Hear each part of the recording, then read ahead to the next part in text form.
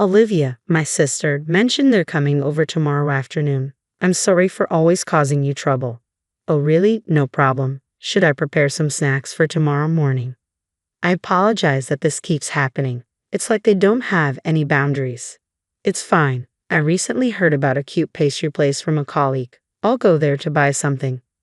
Aaron, my husband, is a 35-year-old office worker, 3 years older than me. We met at the office and got married later. He's always confident and a truly wonderful husband. He's such a nice guy and he is popular with the ladies. He is 178 centimeters tall and looks slim, with a well-proportioned face. It wouldn't be an exaggeration to say 100 out of 100 people would find him handsome. If he's good-looking and considerate, it's not surprising he is popular. However, it may be surprising that such a man married a tomboyish woman like me. Whatever age looks, especially his sisters, seem to feel strongly about this. Aaron, look, I got the recipe from my shop and made this myself. Wow, you cooked this. That's a surprise. You've never cooked before. Great job. Isn't this cool? I will enjoy it with Olivia later. Aaron, guess what? I've been getting a lot of praise at my new job. They say I'm good at what I do. Amelia, it sounds like things are going well for you. It's great that you're being recognized. You're doing an excellent job. The two sisters-in-law, Emma and Amelia, truly adore their brother, my husband. Even when they visit our house, they don't show much interest in me. It's tough with both of them always clinging to him and calling him Aaron. However, their deep trust and pride in him show how reliable he is. I found it in dealing with Olivia. Your bangs look weird. They're split in the middle. You should fix it. Really? Is it that noticeable? As the wife of my brother, you should look presentable. Wow, you're always so strict with looks. Afterwards, Emma kept pointing out how unsuitable. I stand by my husband, refusing to succumb to the sisters' attempts to force agreement. Despite their insistence, my kind and wonderful husband never once aligns with them. You two don't truly understand Olivia's good side, he always asserts with absolute conviction. Suddenly, Emma and Amelia, looking displeased, retreat home. I'm sorry for always putting you through this, Olivia. It's because I've spoiled them. My husband apologizes, as he often does. They always end up being rude to you. After her sisters depart, my husband offers his comforting presence, a consistent source of solace. That's the kind of husband he is, which is why he's so attractive, I muse inwardly. Furthermore, he excels in his career, showcasing remarkable talent week after week. The following week, we embark on a visit to his parents' house to celebrate my mother-in-law's birthday. A mere 15-minute drive separates our home from hers, with an MTA station and the city's main shopping area in between. For her birthday gift, we opt for a beautiful sweater. My active mother-in-law frequents the gym, enjoys dining out, and relishes travels with friends. During our shopping trip, my husband accompanies me, admiring the chosen garment. It looks lovely, he remarks, reinforcing his support and appreciation. When we gave her the present, she was thrilled. Thank you as always, Olivia. This is so lovely. My friends are throwing me a birthday party next week, and I'm thinking of wearing it then. It's great. We always appreciate you, Olivia. My mother-in-law and father-in-law always acknowledge and respect me greatly. When I decided to marry my husband and first met them, to be honest, the atmosphere was a bit awkward. Both of my in-laws seemed to have stiff expressions and I felt a distance, which made me uneasy. I later learned that my husband had once considered marrying another woman 8 years ago and had introduced her to his parents. However, her attitude towards her potential in-laws wasn't good, and it became clear through discussions that she was only interested in my husband's looks, and eventually the marriage was cut off. Therefore, initially, my in-laws were concerned that I might be another woman who was only interested in their son's appearance. However, after a while, my in-laws seemed to be reassured that I'm not interested only in his looks. Now, we have built a very good relationship. Aaron, you're here. Emma, who had just finished her part-time job, came home. Aaron, there is something. I want to tell you, I've decided to get married. Really? Congratulations, Emma. While I was surprised to hear about Emma's decision to get married, I noticed that my in-laws looked worried. She's going to marry a man from the restaurant where she worked part-time. He is 40, 12 years older than her. I thought my in-laws were concerned about the age gap, but they were actually worried that the man seems to have no savings. Despite their warnings, Emma insisted he is wonderful and kind, perhaps even resembling her brother, and that she can persuade him to start saving money. Even though Emma feels that everything is fine, it seems that the in-laws are not so easily convinced. My husband seemed to understand the situation and said, "Is that so, Emma? Is he a good person?" He listened intently to her story about him. 2 weeks later, my sister-in-law visited our apartment again. We had dinner ready for them since they were coming in the evening. As we all enjoyed dinner together, my husband said, "This hamburger steak is one of Olivia's specialties. It's so delicious, right?" I immediately reacted with apparent annoyance. "It doesn't seem like a big job. I can cook this too. Don't act like you're a good chef, Olivia." Exactly. Making hamburger steak is too easy. Despite this, the topic turned to Emma's impending marriage. "Emma, don't you think it's a bit too soon? Haven't you only been dating for 2 months? Maybe you could take a bit more time to get to know each other better," my husband suggested. Emma, usually obedient to him, grew angry. "Mind your own business, Aaron. I've already made up my mind. He might seem unreliable, but he is a kind and good person. I love him. He may not be impressive, but he's honest and cute. I'm going to marry him." "Emma, even though he is 20 years older than you, I don't see him as the honest and cute person you are imagining. It might be better to watch and wait a bit." "Why are you intervening too? Are you mocking me? Who do you think you are?" "That's right. Emma has made up her mind. Let's go, Amelia. I've had enough." In anger, Emma left her apartment with Amelia. Several days later. "Amelia, I've come up with something interesting."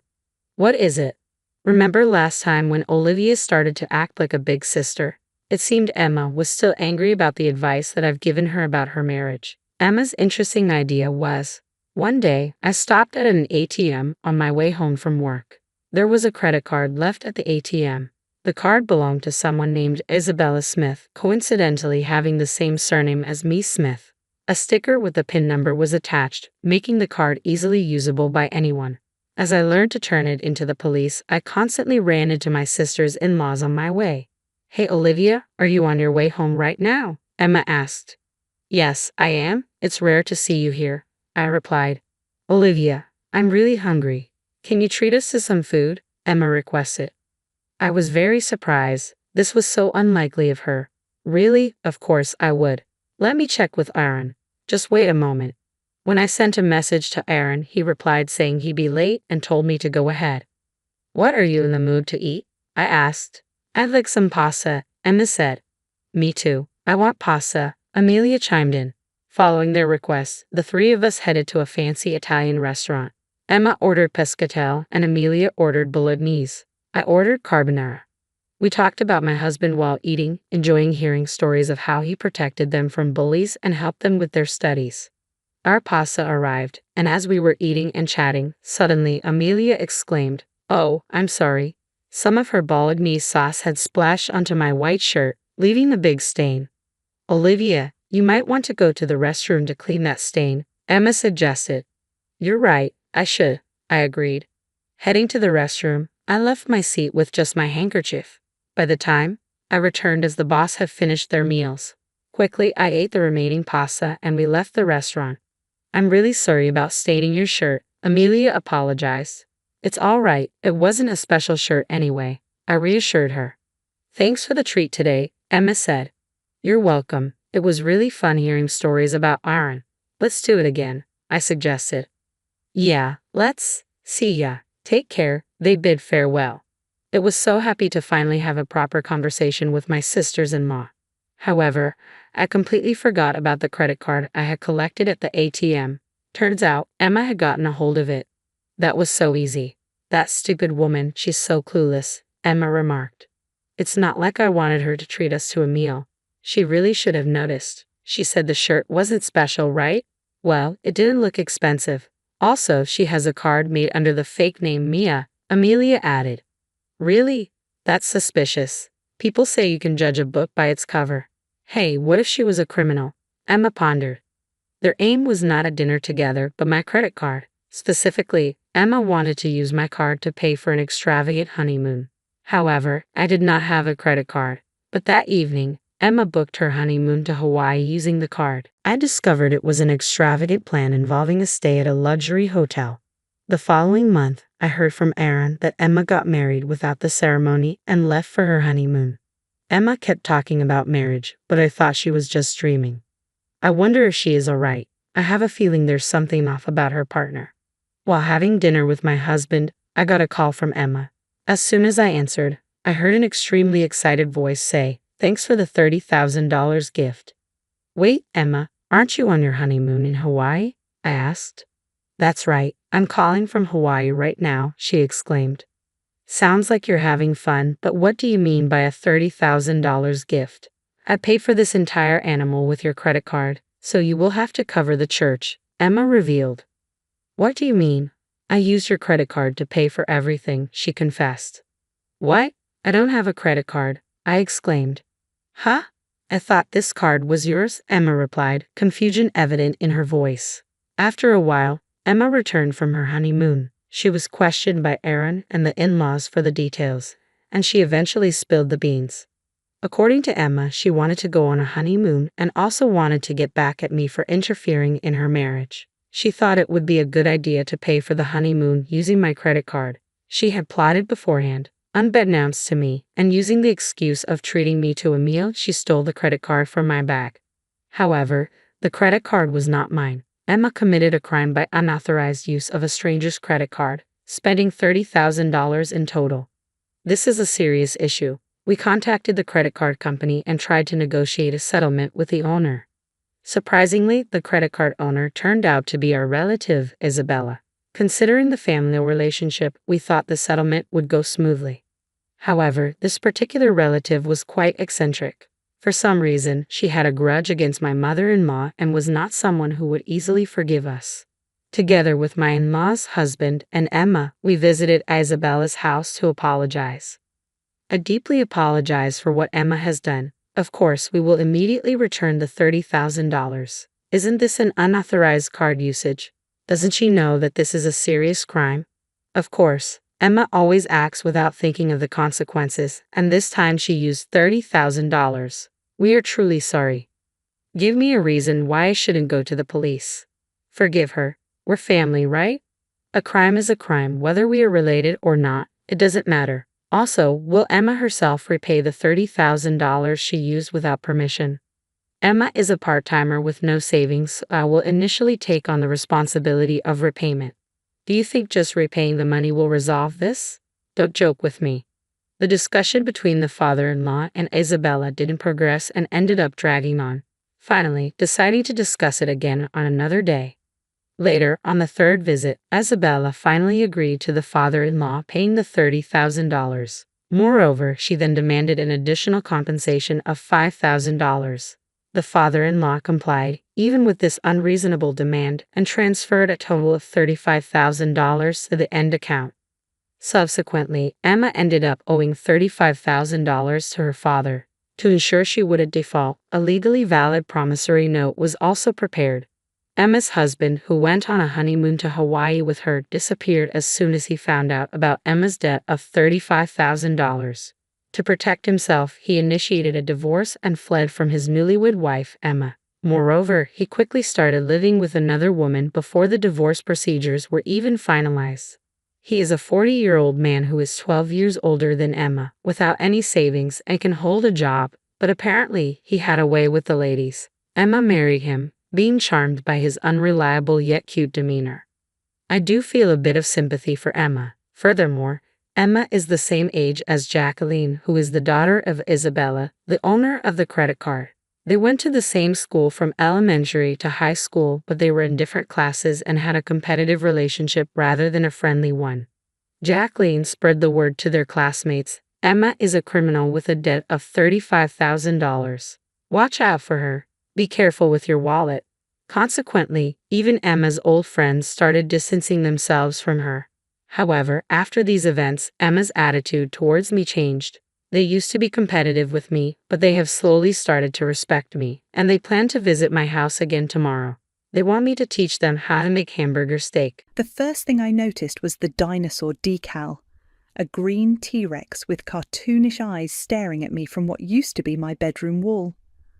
My fingers traced the fresh blue paint beneath it, still detecting the familiar texture of the cream wallpaper my mother and I had chosen together when I was 16. I'm Alexis, and this was supposed to be a surprise weekend visit to my childhood home. Instead, I got the surprise. "Oh, I didn't expect you today." Carmen's voice carried that artificial sweetness that made my teeth ache. She appeared in the doorway, wearing yoga pants and one of my father's old college sweatshirts. "We've been making some changes. Leighton needed a proper room, you understand." My childhood bed was gone. The antique vanity my grandmother left me disappeared. Even my debate team trophies had vanished from the shelves. In their place stood a rocket ship bookcase filled with children's books and action figures. "Where are my things?" I kept my voice steady, the way I do in court when opposing counsel throws a curveball. "Storage unit on 5th Street. I kept the important stuff, of course." Carmen waved her hand dismissively. "But honestly, a grown woman doesn't need all that sentimental junk taking up space. Leighton's a growing boy. He needs room to play." Heavy footsteps in the hallway announced my father's arrival.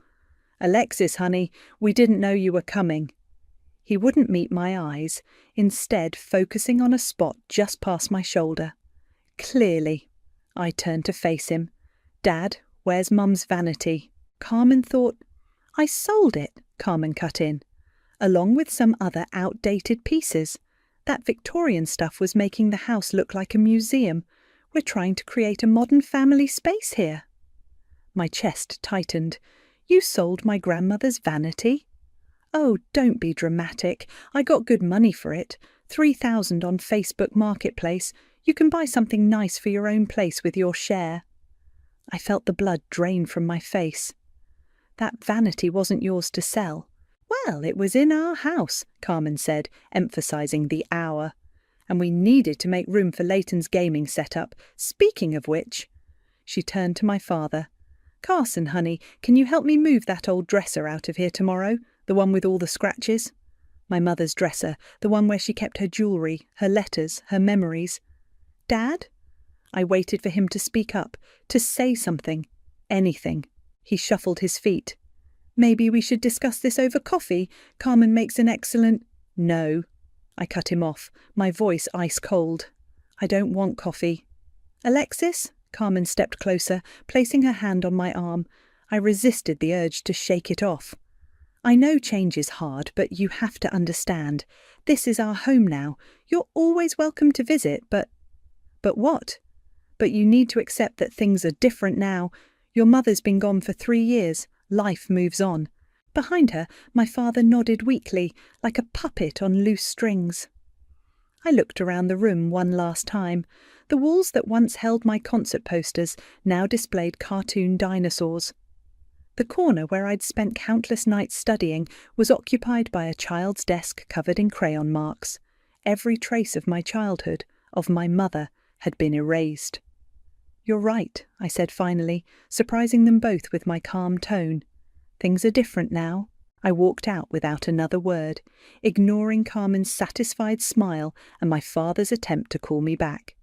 In my car, I sat for a moment staring at the house, my mother's house. She'd known this might happen.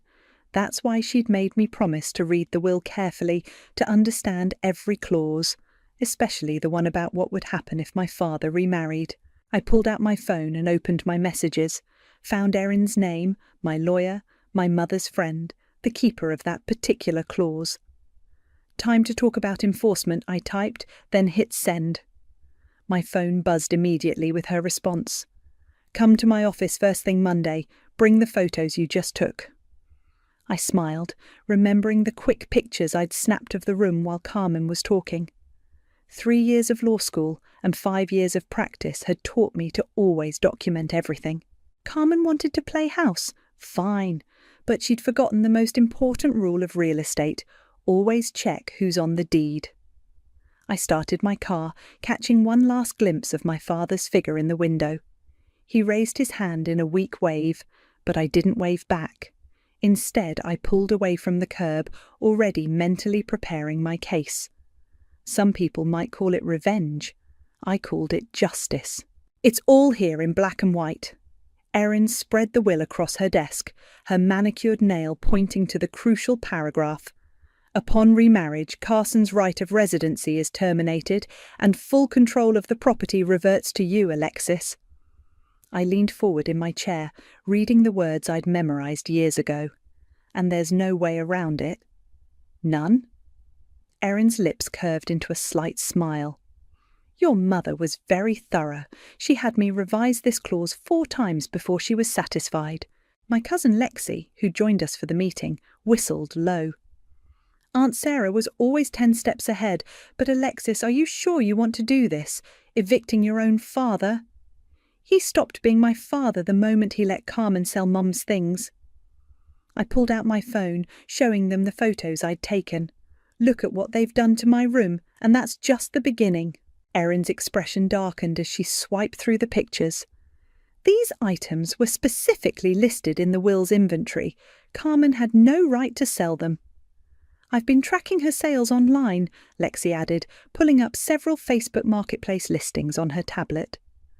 The vanity, Mum's antique mirror, even the Persian rug from the dining room. She's made nearly $20,000 selling your inheritance. That's theft, Erin said flatly. We can add it to the complaint. I stood up, pacing the office. I don't want to just sue them. I want them out. Alexis, Erin's voice softened. This will get ugly. The media loves family drama, especially when it involves property. Are you prepared for that? Carmen's already making it ugly. Yesterday she told the neighbours that I'm unstable and can't let go of the past. I laughed bitterly.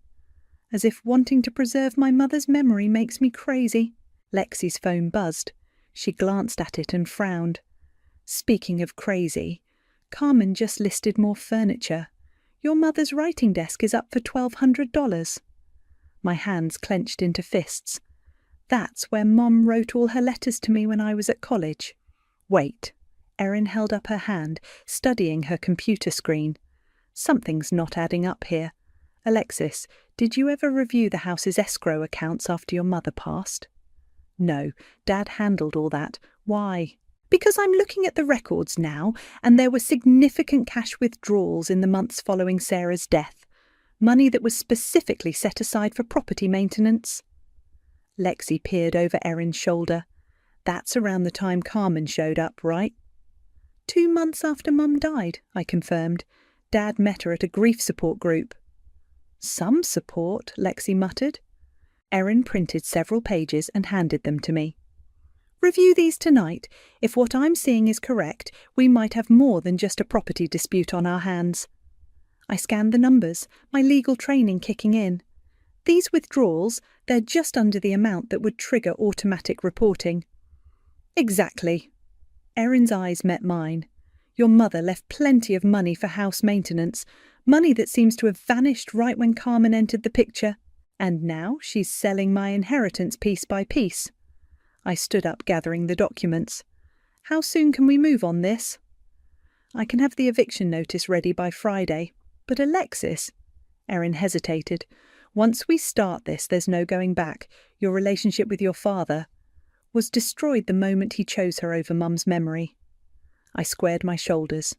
File the papers. Lexi touched my arm. I'll keep tracking the sales. And I've got a friend at the county recorder's office who can pull any property documents Carmen might have filed. Good. I checked my watch. I should go. I have court at 2. As I reached the door, Erin called out, Alexis, your mother once told me something about that house. She said it wasn't just walls and furniture. It was proof that a woman could build something lasting, something that couldn't be taken away. I felt tears prick at my eyes, but blinked them back. Then let's make sure she was right. Walking to my car, I noticed a text from Carmen. Leighton loves his new room. Hope you understand it's for the best. Family dinner on Sunday. Family dinner. As if erasing my existence could be smoothed over with pot roast and small talk. I typed back, can't make it, but hold on to those dinner plates. You might need them packed soon. Then I blocked her number and called Violet, my best friend. Hey, want to help me document every item in my mother's house this weekend? Bring your camera. Carmen drama, Violet asked. Let's just say... I started my car, glancing at the legal documents on my passenger seat. The house is about to get a lot less crowded. Just need to grab a few boxes from my old closet, I told Carmen with a practiced smile. Won't take long. She blocked the doorway, arms crossed. I thought we sent everything to storage. Not everything. I held up my court order. And as co-owner of the property, I have the right to inspect any room. Carmen's face tightened, but she stepped aside. The sound of power tools echoed from downstairs. The contractor she'd hired was working on something in the living room.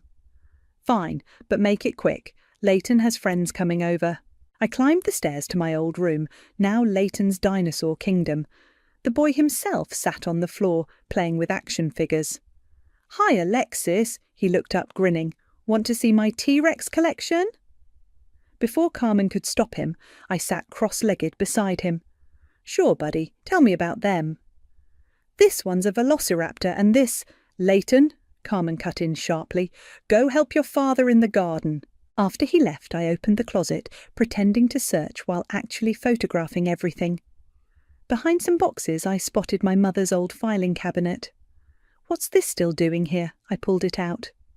Carmen shrugged. Just junk papers. We're having it removed next week. I opened the top drawer, finding exactly what I'd hoped for, Mom's meticulous financial records.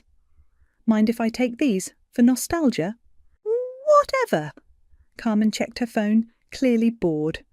I need to check on the contractor. Don't take all day up here. The moment she left, I started scanning documents with my phone. Bank statements, receipts, and, jackpot, records of withdrawals from the house maintenance fund, all with my father's forged signature. A knock on the doorframe made me jump. A tall man in work clothes stood there, tool belt slung low on his hips. Sorry to startle you. I'm Brian, the contractor. Mrs. Dunn asked me to check the window in here for replacement. It's Ms. Clayton, actually, I corrected him, and I'm Alexis, the owner's daughter. His eyebrows rose. Owner's daughter? Carmen told me she and her husband owned the place. Did she now? I smiled, an idea forming. Actually, Brian, I'd love your professional opinion on some of these renovation plans. We spent the next 20 minutes discussing potential changes, my voice deliberately carrying downstairs. As expected, Carmen appeared, her face a mask of forced pleasantness. Brian, I need you downstairs now. Just a minute, he said. Alexis was showing me some interesting ideas for the master suite. Carmen's eyes narrowed. The master suite isn't up for renovation. No? I innocently held up my phone. But I have the contractor's quote right here. 40,000 for a complete remodel. That's quite an investment in someone else's house. Brian looked between us, confusion clear on his face. Someone else's... Don't you have work to do? Carmen snapped at him. After he left, she turned to me. What game are you playing? Game? I'm just taking an interest in my property. I tucked the files under my arm. By the way, how's that boutique of yours doing? The one you opened with my mother's maintenance fund? The colour drained from her face. I don't know what you're talking about. No, the withdrawals all coincide with your store's opening dates. Interesting timing. Those were legitimate expenses. For your business or for the fake lease agreement you filed with the city? She stepped closer, voice low. Listen carefully. Your father and I have lived here for 3 years. We've established residency. If you try anything, we'll claim squatters' rights. I laughed. Is that what your lawyer told you? The same one who helped you forge Dad's signature on that lease? You can't prove anything. Want to bet? I headed for the stairs, then paused. Oh, and Carmen, those dinosaur decals? They'll leave marks when you peel them off. You might want to start soon. You entitled little... Careful, I warned. Threats could affect your future housing applications. You'll need a clean record for your next rental. Downstairs, I found Brian measuring a doorframe. Hey, I said quietly. How'd you like to make some extra money documenting everything you've seen here? He glanced toward Carmen's voice upstairs. Including the unauthorized modifications? Especially those. He pulled out his phone. I've got photos of all the work orders, some with different signatures on them. I handed him my card. Call me tomorrow, and Brian, if Carmen asks, we were just flirting. Outside I called Erin. Remember that fake lease we suspected? Just found proof, and wait until you see what else was in Mum's filing cabinet. Good, she replied, because Carmen just tried to file for adverse possession. She really doesn't know who she's dealing with, does she? No, I said, watching Carmen's silhouette pace behind my old bedroom window, but she's about to find out. Mum, you need to eat something. I pushed the bowl of soup closer to her hospital bed. It was 3 years ago, but the memory feels like yesterday. In a minute, sweetheart. She was focused on the papers spread across her lap, her once steady hands now trembling as she marked sections with a highlighter. Erin's bringing the final draft of the will today. We need to make sure everything's perfect. The house will still be there next week. I tried to sound optimistic, even though we both knew better. She looked up, her eyes sharp despite the illness that was consuming her. Alexis, listen to me. Your father, he's a good man, but he's weak, always has been. When I'm gone... Mum, please! When I'm gone, she continued firmly, he'll look for someone to lean on, and that someone might not have your best interests at heart. I remember how the autumn sunlight streamed through the window, casting long shadows across her hospital bed, how the morphine drip kept steady time with the beeping monitors. The house is your inheritance, she said, not just the building. Everything I built there, everything we built together. Don't let anyone take that from you. A knock interrupted us. Violet stood in the doorway holding fresh flowers. Bad time. Never for you, Mum smiled. Come help me convince this daughter of mine that I'm not being paranoid. Violet sat on the edge of the bed. About the house. About making sure it's protected. Mum handed me the papers. Read the residency clause again. I did, out loud. Carson Dunn may remain in residence until such time as he remarries, at which point full control and ownership reverts solely to Alexis Dunn. Your mother's a genius, Violet said. I'm a realist. Mom reached for my hand. Promise me you'll stand your ground when the time comes. Promise me you won't let guilt cloud your judgment. What do you mean? Your father will try to make you feel guilty. He'll say I was being unfair, that I didn't trust him, but this isn't about trust, it's about protection. The memory shifts to later that night, after Violet left. Mum was dozing, and Dad came in with coffee. The lawyers were here again? He asked, noticing the papers. Just finalising some things. He sighed. She doesn't need to worry about all this now. The house will still be our home, no matter what. Our home, not my home, not Mom's legacy. The scene dissolves into another memory, 2 months after the funeral. Dad introducing Carmen at the grocery store, her sympathetic smile not quite reaching her eyes. Your father's told me so much about you, she'd said, squeezing his arm. We met at grief counselling. Such a blessing to find each other during such a difficult time. My phone buzzes, pulling me back to the present. I'm sitting in my apartment, surrounded by the files from Mum's cabinet. Violet's calling. You okay? She asks.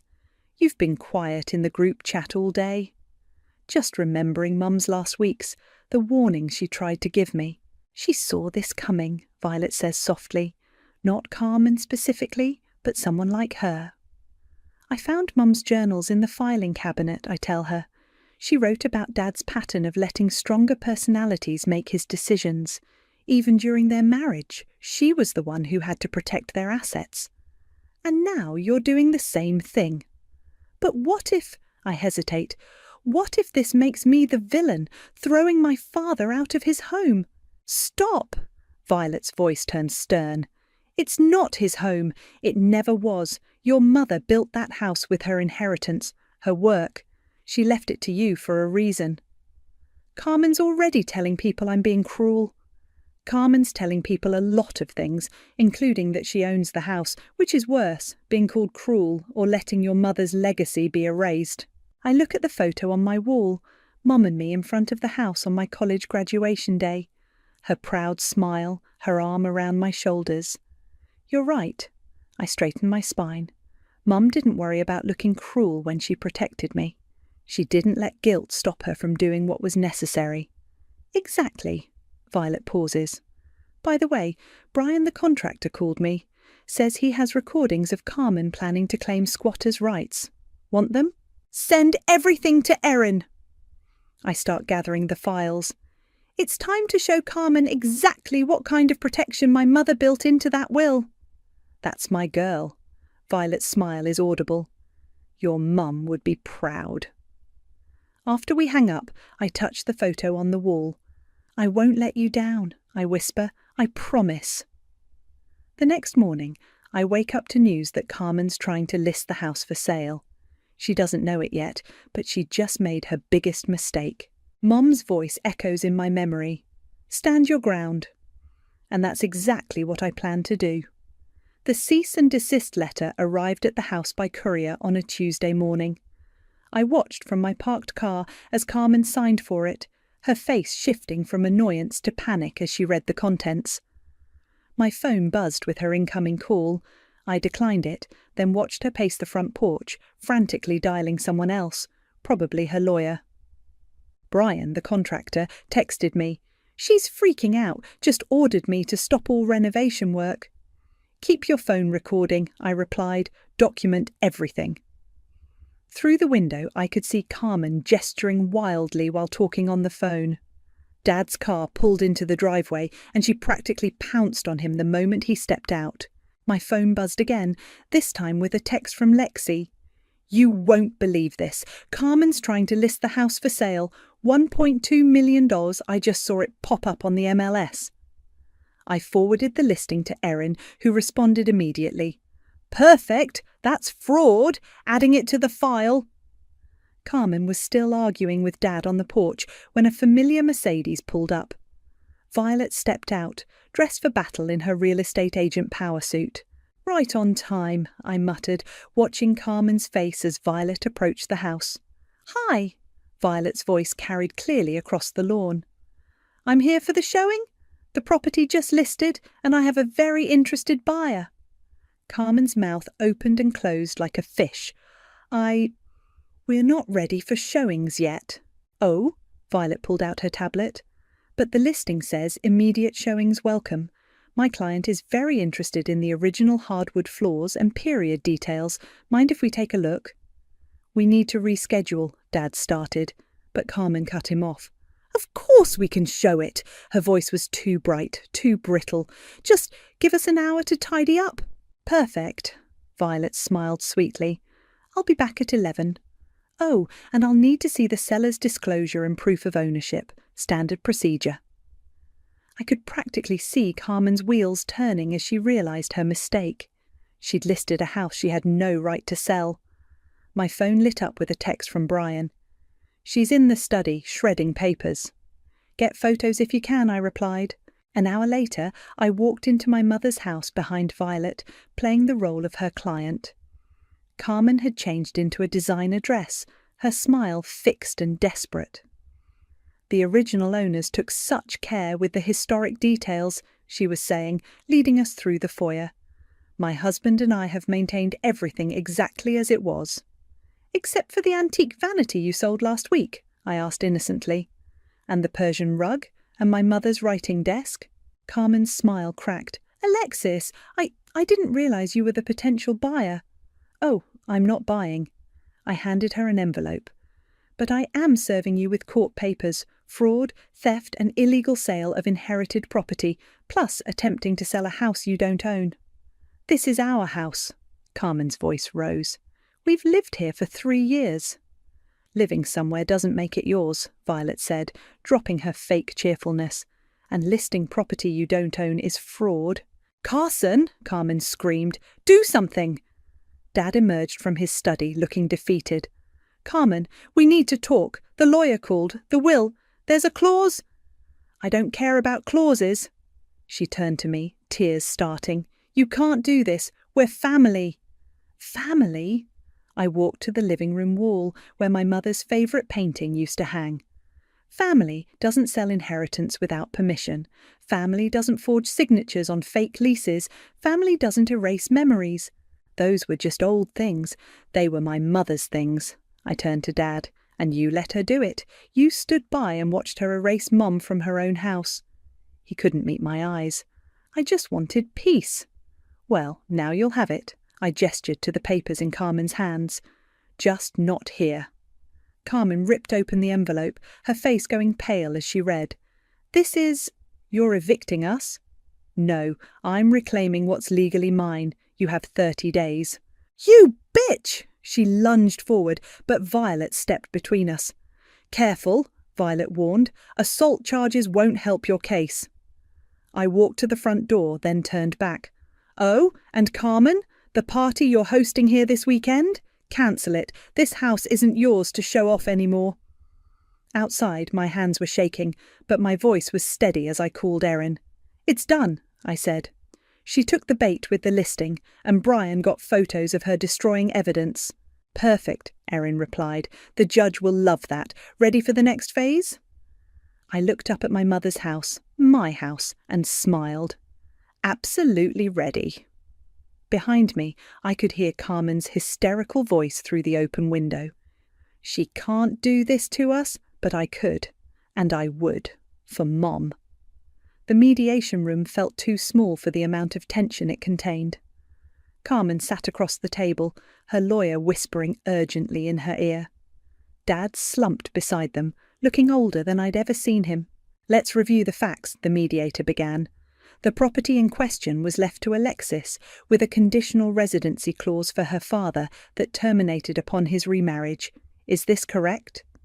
Yes, Erin confirmed, spreading out documents. We also have evidence of unauthorized sale of inherited items, financial misconduct, and attempted property fraud.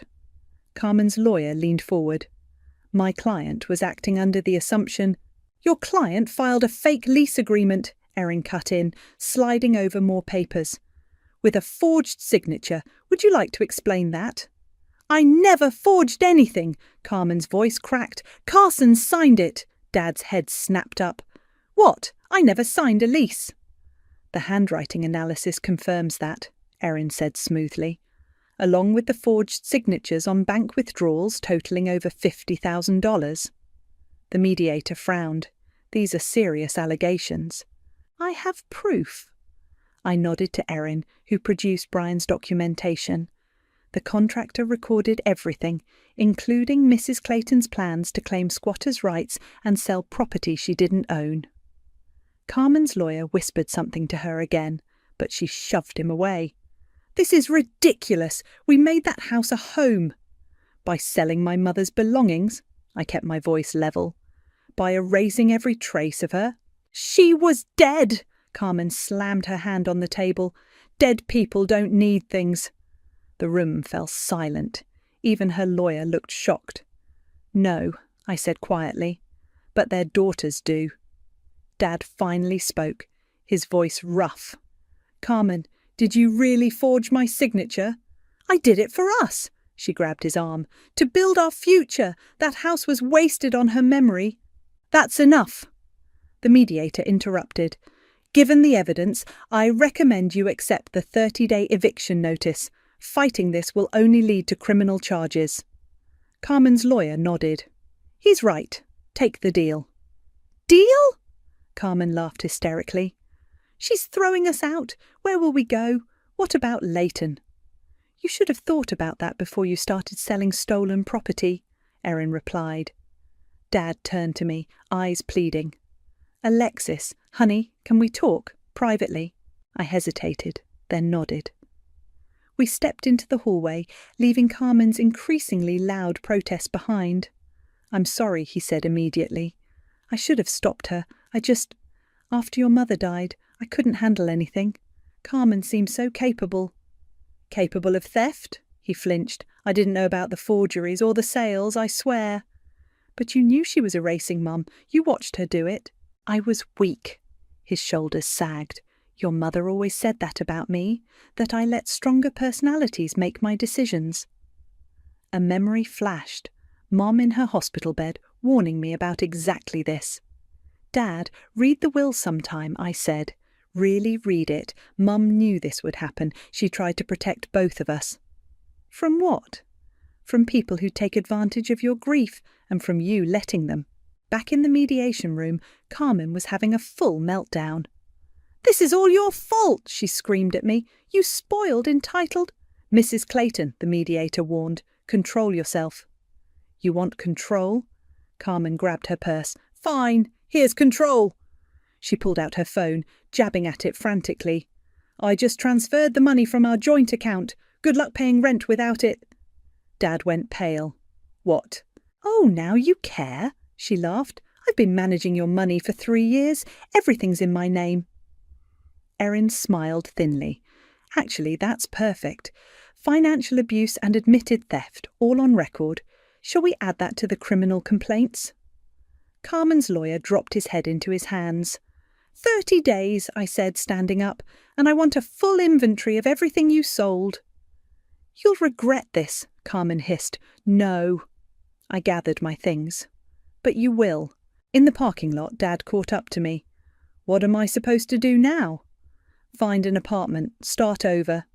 I paused. "And maybe get a good divorce lawyer." "Alexis." He looked lost. "Your mother would be disappointed in me." "Probably," I agreed. "But she loved you anyway. That's why she put that clause in the will. She knew you'd need saving from yourself." As I drove away, I saw Carmen storming out of the building, Dad trailing behind her like a shadow. My phone buzzed with a news alert. Local boutique owner under investigation for financial fraud. Karma, it seemed, was just getting started. I touched the small photo of Mum I kept on my dashboard. "Almost done," I whispered. "Almost home." The sheriff's deputy stood on the front porch, clipboard in hand, while Carmen made her final performance. She was sprawled across the couch, hand pressed to her forehead. "I'm too ill to move," she moaned. "My blood pressure." "Ma'am," the deputy said tiredly, "the eviction notice was served 30 days ago. We have to proceed." I watched from my car across the street as 2 moving trucks pulled up. Violet sat beside me, squeezing my hand. "You don't have to watch this," she said softly. "Yes, I do." Dad emerged from the house carrying boxes, his movements mechanical. Behind him, Leighton dragged his feet, clutching a dinosaur toy.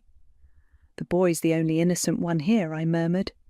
"You can't punish yourself for Carmen's choices," Violet reminded me. Inside the house, Carmen's wails grew louder. "This is illegal! I have rights!" The deputy consulted his papers. "According to the court order, you have no legal right to this property. Please collect your belongings and vacate the premises." I stepped out of the car as Carmen was finally escorted outside. She spotted me and lunged forward, but the deputy caught her arm. "You vindictive bitch!" she screamed. "You're just like your mother, cold, controlling. Don't!" My voice cut through her tirade. "Don't say her name." "Or what? She's dead, dead and gone, and you're living in the past." Leighton started crying, and something in me snapped. I walked over to him, kneeling to his level. "Hey, buddy," I said gently. "I know this is scary, but you know what? Change can be an adventure too." Carmen tried to pull him away, but he resisted. "Will I still have dinosaurs in the new house?" "Tell you what." I reached into my bag and pulled out a small gift-wrapped package. "This is for you.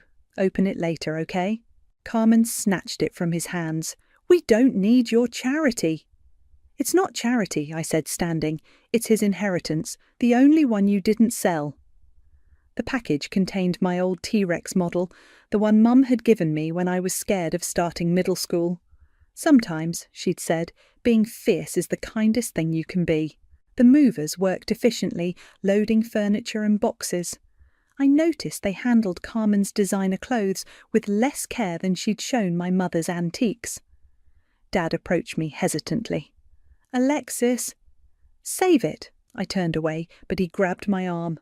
"Please, there's something you should see in your old room." Against my better judgment, I followed him upstairs. The dinosaur decals were half peeled off, leaving sticky residue on the blue walls. Dad went to the old dresser, the last piece of my mother's furniture Carmen hadn't managed to sell.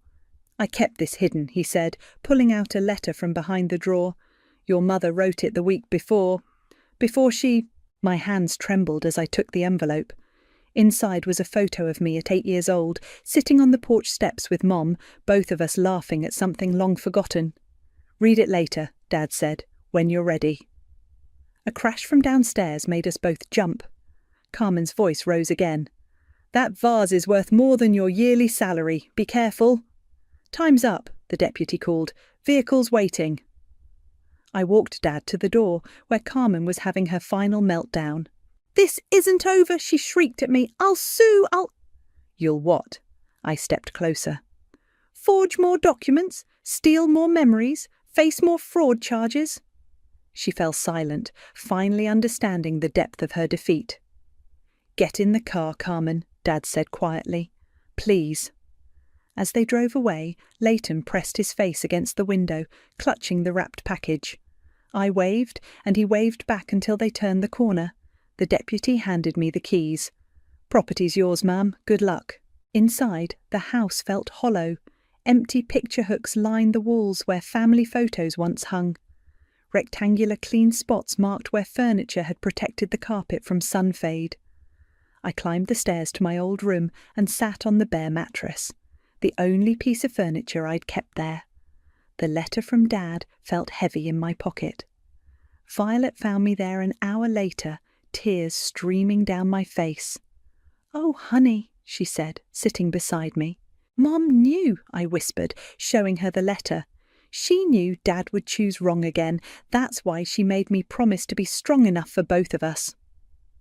Through the window, I watched the sun set on my first day home. Really home. The house felt like a museum now, filled with ghosts of what was and shadows of what could have been. But it was mine, just like Mom wanted, just like she planned. The Sarah Dunn Women's Recovery Centre, Violet read from the freshly mounted plaque. Your mum would love this. I adjusted the sign slightly. She always said this house was meant to help people start over. The renovation crew had worked miracles. The living room, once stuffed with Carmen's gaudy furniture, now held comfortable couches and support group circles. My old bedroom had become a counselling office, its walls painted a soothing sage green. First resident arrives today, Violet asked. Any minute. I checked my watch. Erin's bringing her from the courthouse. The doorbell rang. On the porch stood a woman about my age, clutching a small duffel bag. Her eye was still slightly bruised. I'm Maria, she said quietly. The lawyer said, Welcome home. I opened the door wide. Let me show you around. As we walked through the house, Maria's shoulders gradually relaxed. In the kitchen, where Mum had taught me to bake, I poured coffee while explaining the house rules. Stay as long as you need, I told her.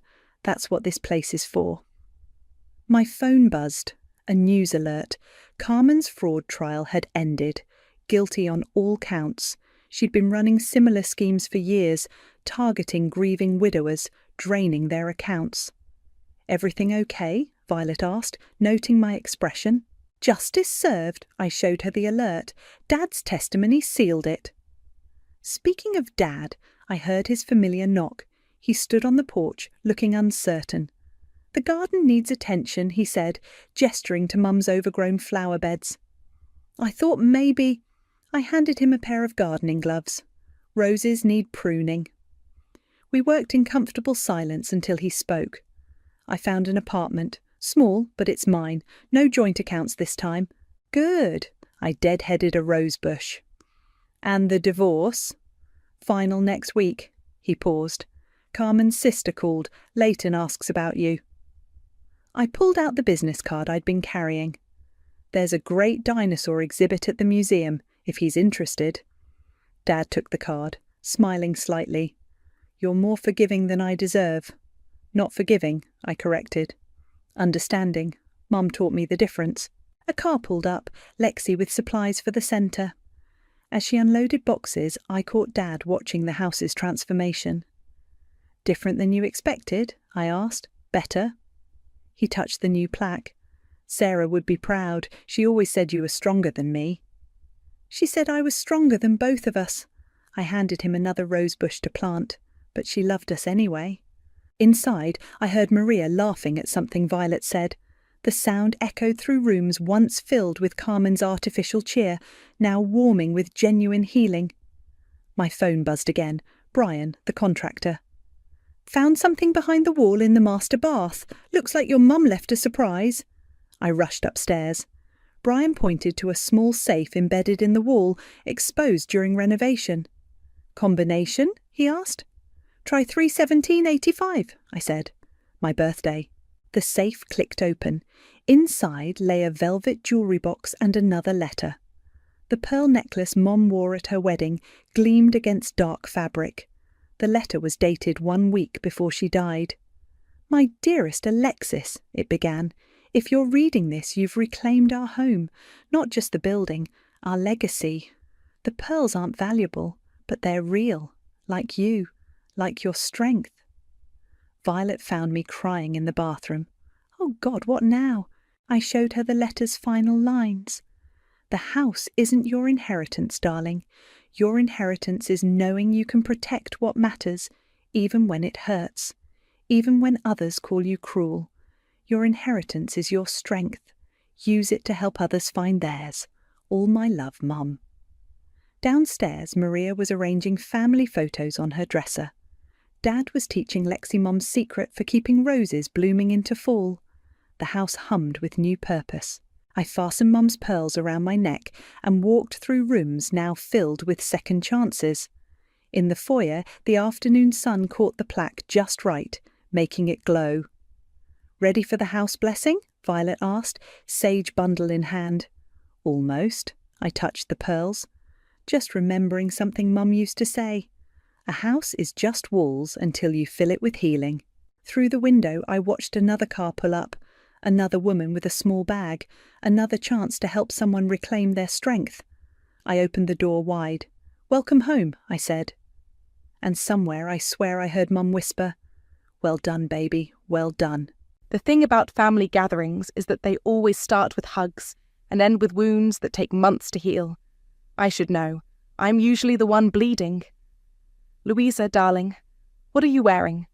My mother's voice carried that familiar note of disdain as she air-kissed my cheek. I thought we discussed updating your wardrobe.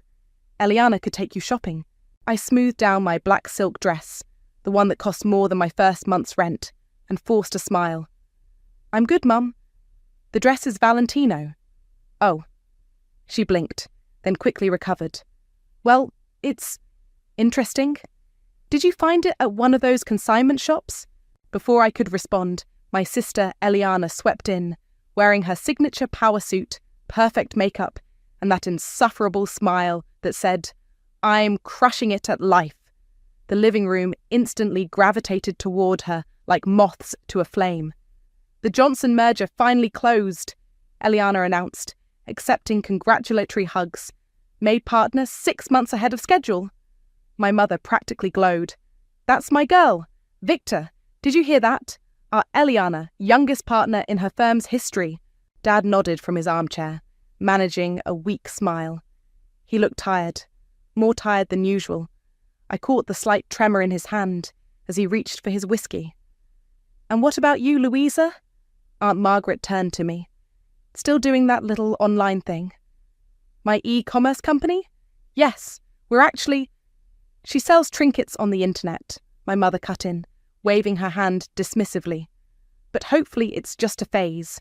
I keep telling her to interview at real companies, like her sister. I bit my tongue so hard I tasted copper. If they only knew that my little online thing had paid their mortgage for the past 18 months, that the only reason they still had this house to host their precious family gatherings was because I quietly transferred funds every month to cover their underwater payments. Speaking of success, my mother chirped, I have something special for Eliana. She disappeared upstairs, returning with a familiar velvet box. My heart stopped. No, I whispered. That's Grandma's bracelet. The one she always promised would be mine, I didn't add. My mother's eyes flickered to mine for just a moment before she turned to Eliana. Your grandmother would have wanted her most successful granddaughter to have this. It represents our family's legacy of excellence. Eliana's perfectly manicured hands trembled as she fastened the delicate gold chain around her wrist. The same wrist that had never known manual labour, never packed shipping boxes until 3 a.m., never built anything from nothing. "It's beautiful," Eliana breathed. "I'll treasure it forever." I excused myself to the bathroom, phone clutched in my shaking hand, locked the door, slid down against it, opened my email. The message from Silicon Valley's biggest e-commerce marketplace sat bold in my inbox. Final acquisition offer, $50,000. I laughed, a quiet, broken sound that echoed off the bathroom tiles. My little online thing was worth more than everyone at this gathering combined. The same business they'd mocked for years had just made me set for life. A knock at the door made me jump. "Louisa?" It was Dad. "Your mother's about to serve dessert." "Coming," I called back, voice steady despite the storm inside me. As I walked back to the living room, I heard my mother's voice. "At least Eliana gives us something to be proud of. I don't know where we went wrong with the other one." I paused in the hallway, my hand hovering over my phone. The acquisition offer waited for my response. One click and I could show them exactly how wrong they were. One signature and I could buy this house 10 times over. But revenge, like the best dishes, needs perfect timing. I stepped back into the room, smiled at my mother, and accepted a slice of her famous apple pie. "Delicious as always, Mum," she beamed, completely missing my sarcasm. "See? Even Louisa can recognize quality when she sees it." I took another bite, letting the too sweet filling coat my tongue. My phone buzzed again. Another message from the buyers, asking for my decision. "Actually," I said, standing up, "I need to head out. Got some work to handle." "Oh, more little crafts to sell?"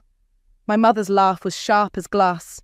I grabbed my coat, catching a glimpse of my grandmother's bracelet glinting on Eliana's wrist. "Something like that." Walking to my car, I finally opened the acquisition email. My fingers hovered over the keyboard for just a moment before I typed, "I accept your offer. Let's discuss terms." Sometimes the best revenge isn't served hot or cold. Sometimes it's served with a side of perfect timing and a 7-figure check.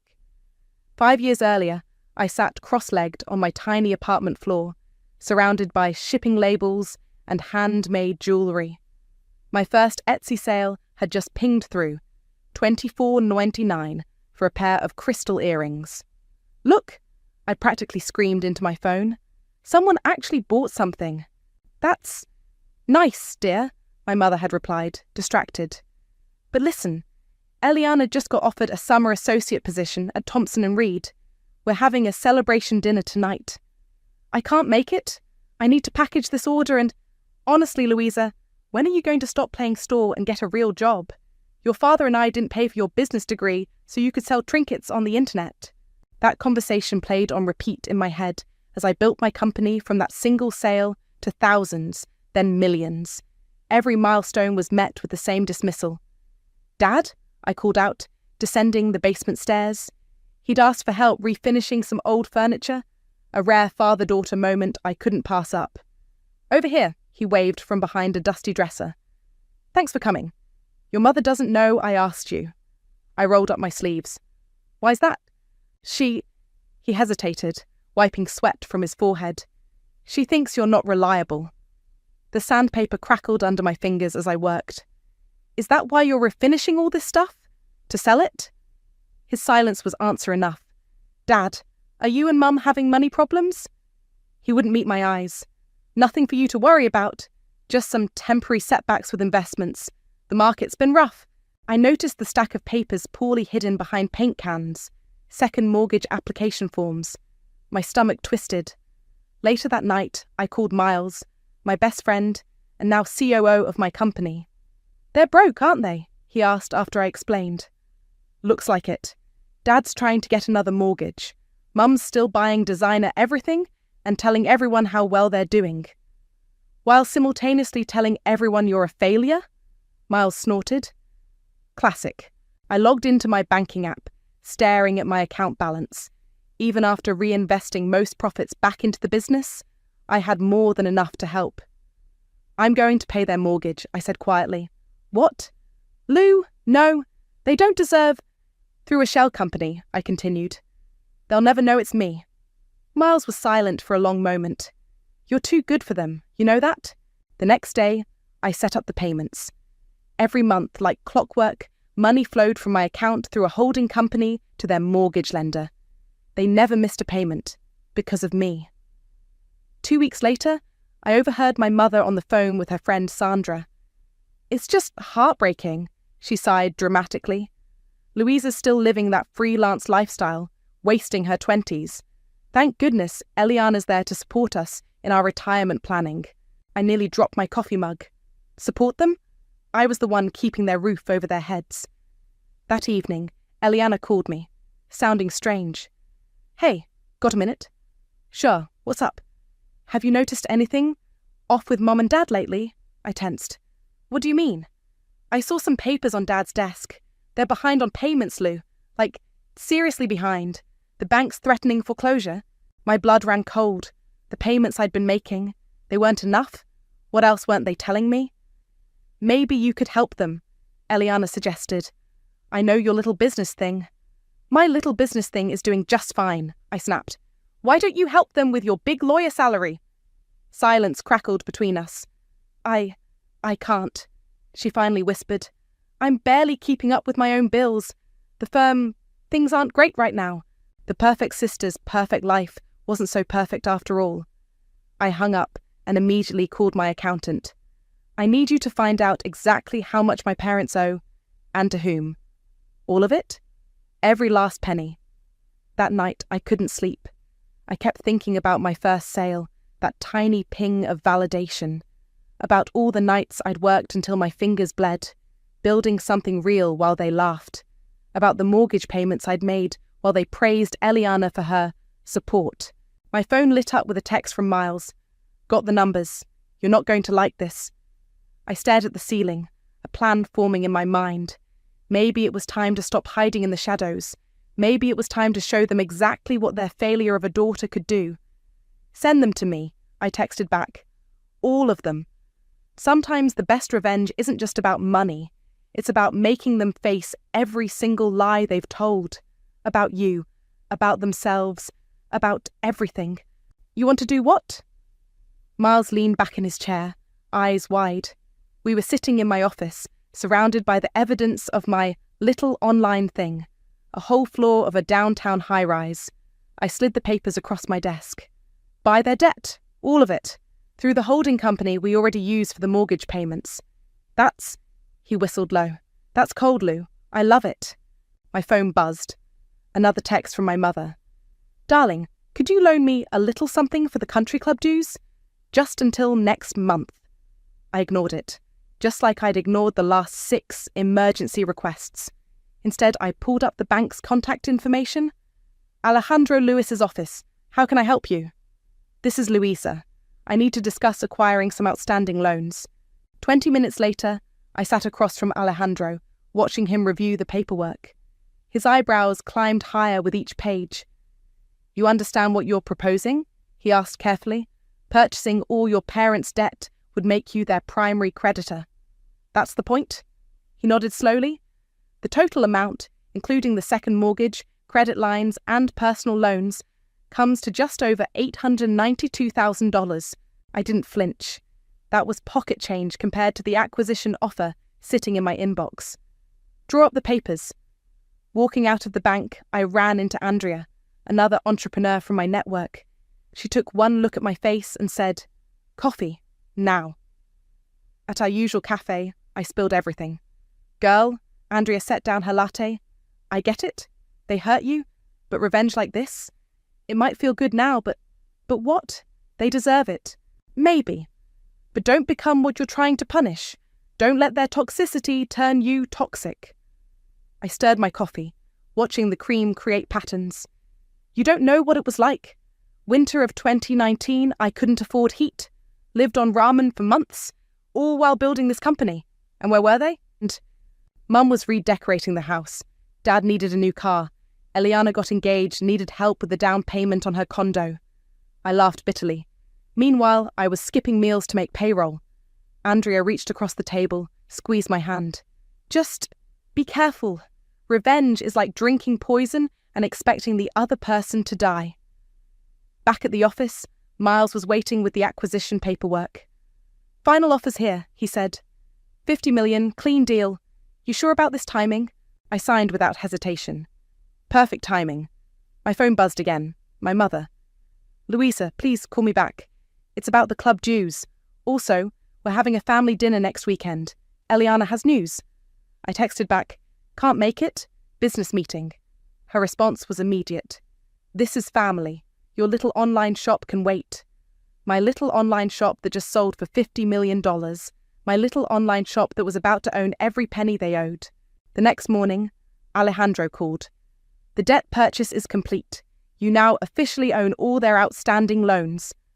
"Perfect. Don't tell them yet. I want to handle this personally." I hung up and walked to my window, looking out over the city. Somewhere out there, my parents were probably planning another family gathering where they'd praise Eliana and dismiss me. They had no idea their world was about to shift on its axis. Miles appeared at my door. "The first transfer from the acquisition just hit our accounts. Want to celebrate?" "Not yet."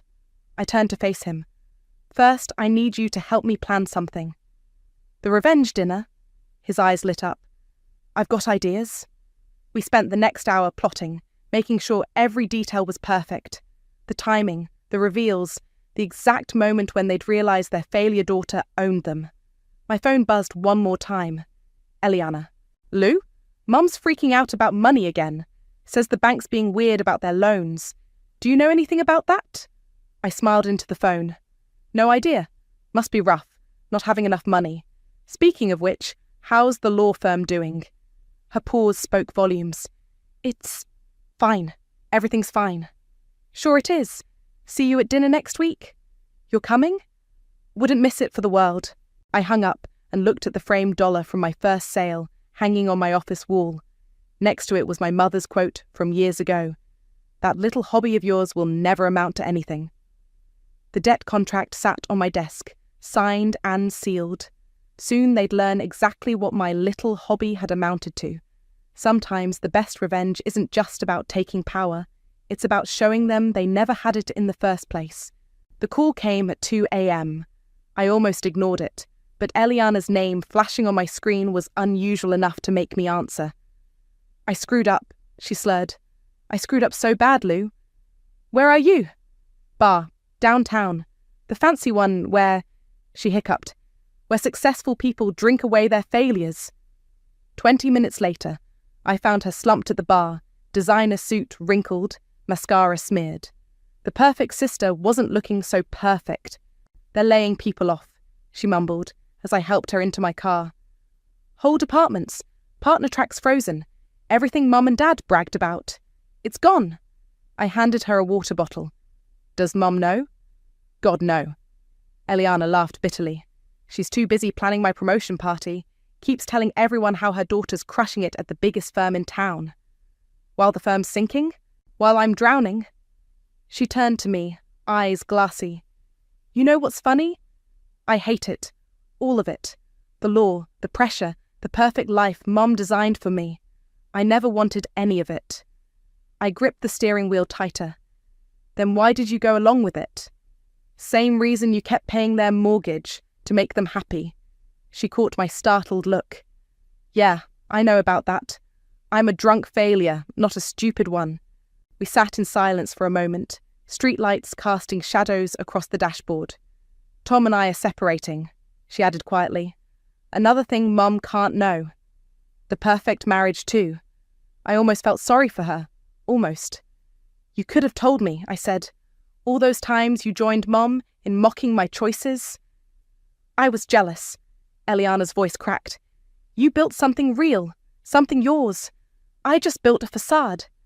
The next morning, I met Andrea for our weekly coffee. She took one look at me and knew something was up. Spill. I told her about Eliana's confession, about the cracks in the golden child's pedestal. "Maybe she's not the enemy," Andrea suggested. "Sounds like she's another victim of your mother's perfectionism." Before I could respond, my phone buzzed. A neighborhood Facebook group notification. My mother was at it again. So blessed to have such successful daughters. One's making partner at the city's top firm, and the other, well, she's finding her way. Proud mama, our Shalom-blessed family. Andrea read over my shoulder and snorted. Finding your way straight to owning their debt, more like.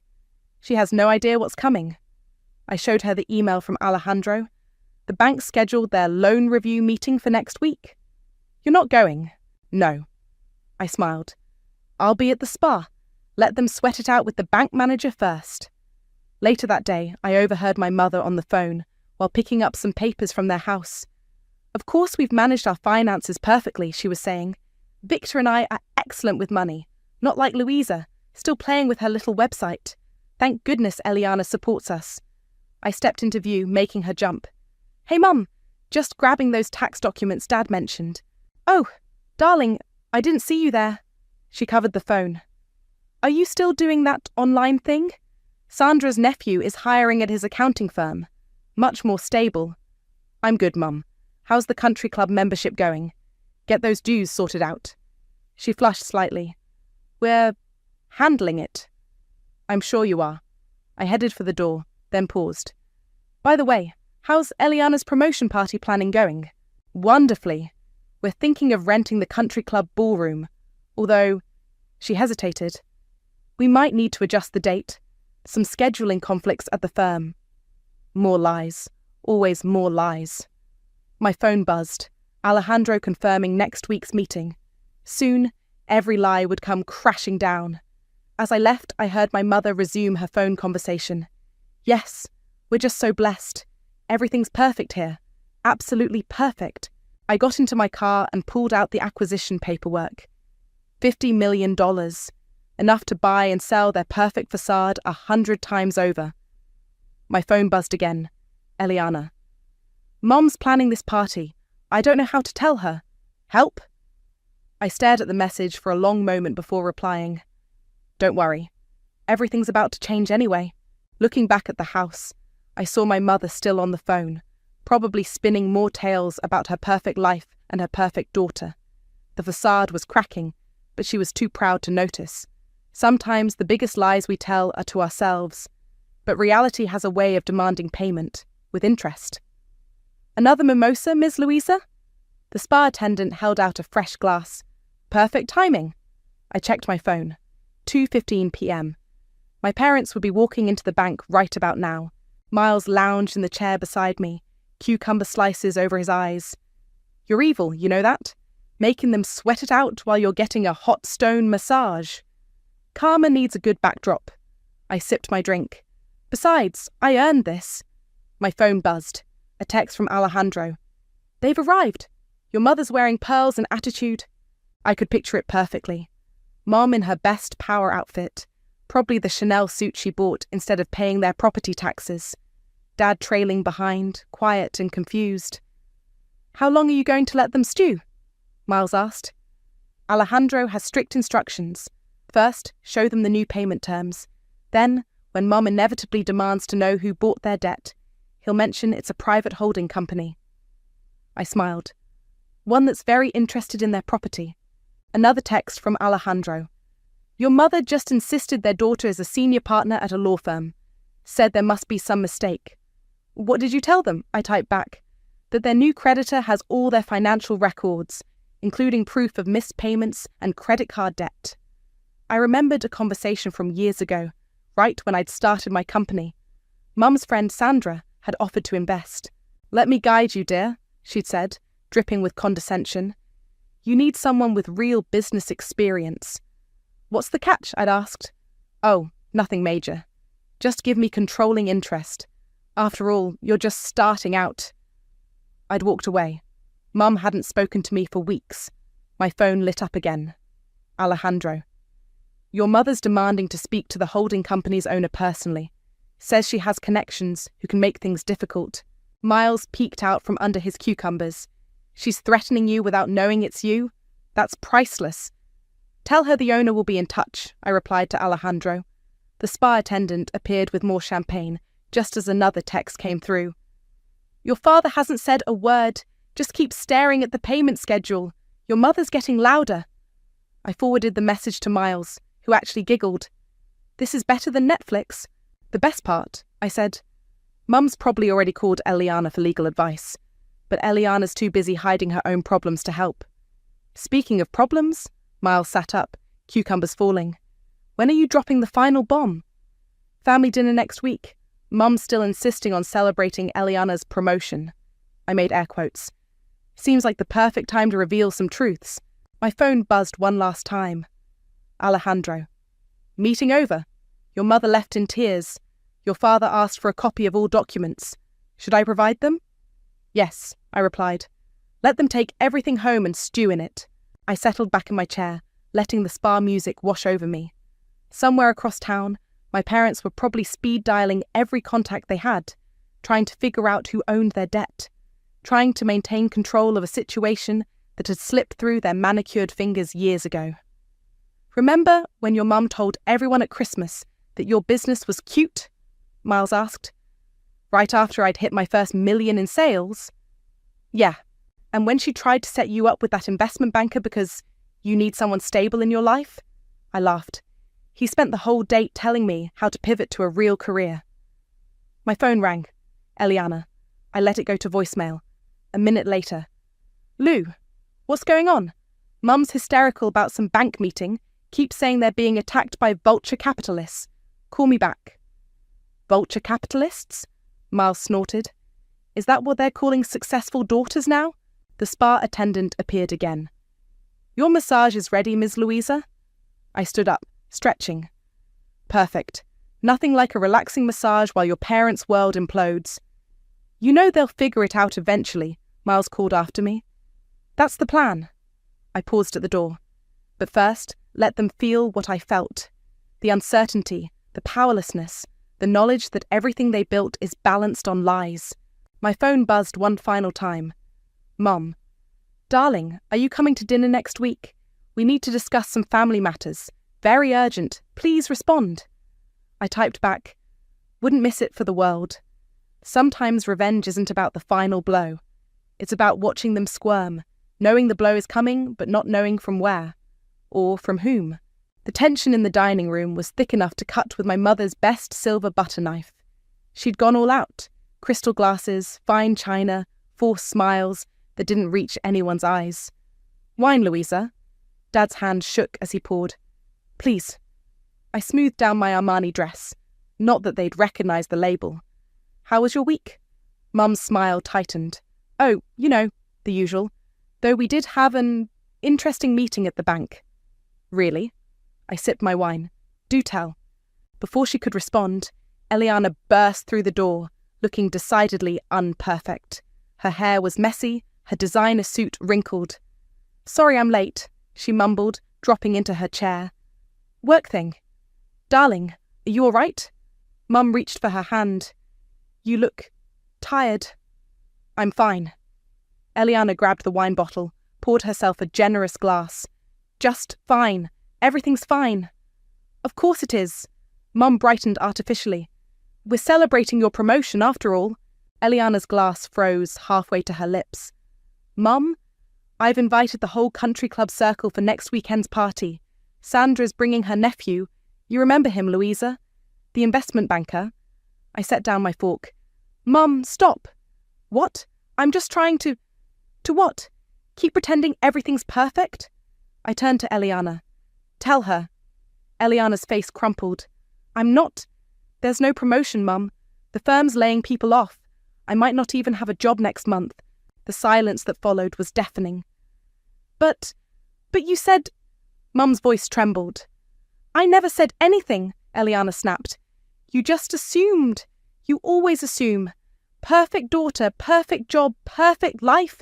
It's all falling apart." Dad cleared his throat. "Perhaps we should discuss the bank situation?" "Not now, Victor," Mum's voice rose sharply. "We need to focus on helping Eliana. I'm sure it's just a temporary setback. We can ask around, use our connections." I laughed. A short, sharp sound that made everyone jump. "What connections, Mum? The country club you can't afford? The social circle you're lying to?" "How dare you?" "No, how dare you?" I pulled out my phone, opened my banking app. Want to know something interesting?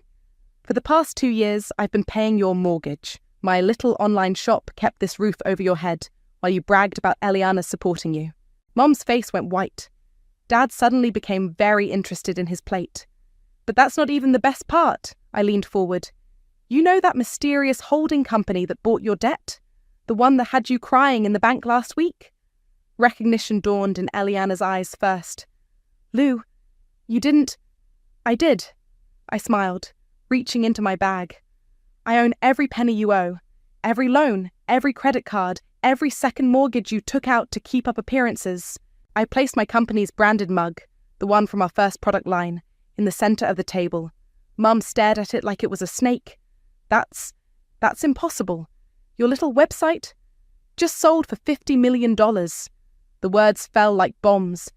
Turns out selling trinkets on the internet was a pretty good career choice after all. Mum's wine glass slipped from her fingers, shattering on the hardwood. Red wine spread like blood across her precious Persian rug. You can't, she whispered. I can. I did. And now you have choices to make. I stood up slowly. You can keep living this lie, pretending everything's perfect while drowning in debt. Or you can face reality. You're cool. Louisa, please. Dad finally spoke. We're family. Family? I laughed again. Family doesn't mock each other's dreams. Family doesn't play favourites. Family doesn't lie. Eliana was crying silently, grandmother's bracelet glinting on her wrist. You have 6 months, I continued. Either start paying market rate rent or move out. And Mum? The country club dues are no longer my problem. I grabbed my purse and headed for the door, pausing only to look back at their shocked faces. Oh, and Eliana, when you're ready to stop living Mum's version of your life, call me. I'm hiring. Mum found her voice just as I reached the doorway. You, ungrateful, after everything we've done for you. No, Mum, after everything I've done for you. I smiled one last time. By the way, this dress? It's Armani, paid for with my silly little online business. The door closed behind me with a satisfying click. Through the window, I could see Mum collapsed in her chair, Dad staring blankly at the mug on the table, and Eliana, for the first time in years, looking at me with something like admiration. Sometimes the sweetest revenge isn't in the revelation itself, but in watching them realize that everything they believed was wrong. Dead wrong. The voicemail started at midnight. Louisa, this is your mother. Call me immediately. We need to discuss your behavior. Delete. Sweetie, please. We can work this out. Your father and I only wanted what's best. Delete. How dare you humiliate us like this, after everything we've sacrificed? Delete. By morning, my inbox was full of similar messages. I forwarded them all to Miles, who responded with a string of popcorn emojis. Andrea called while I was reviewing acquisition paperwork. Your mum just posted in the neighbourhood group. You might want to see this. I pulled up Facebook. There it was. Prayers needed for our family, dealing with a difficult situation involving our youngest. Sometimes success changes people. The comments were already flowing in. Stay strong. Family first. Money isn't everything. I was about to close the app when a private message popped up from Sandra, Mum's best friend. Remember when I offered to invest in your little business? Funny how things work out. Perhaps we could discuss a partnership now. I typed back, sorry, not interested in partnerships with people who only see value after the fact. Block. My office door opened and Miles walked in, waving an envelope. Your dad dropped this off. Wouldn't come up, just left it with reception. The letter inside was handwritten, shaky. Dear Louisa, I know we've had our differences. Poor communication on both sides. But you have to understand, your mother and I only pushed you because we saw your potential. Perhaps we pushed too hard in the wrong direction.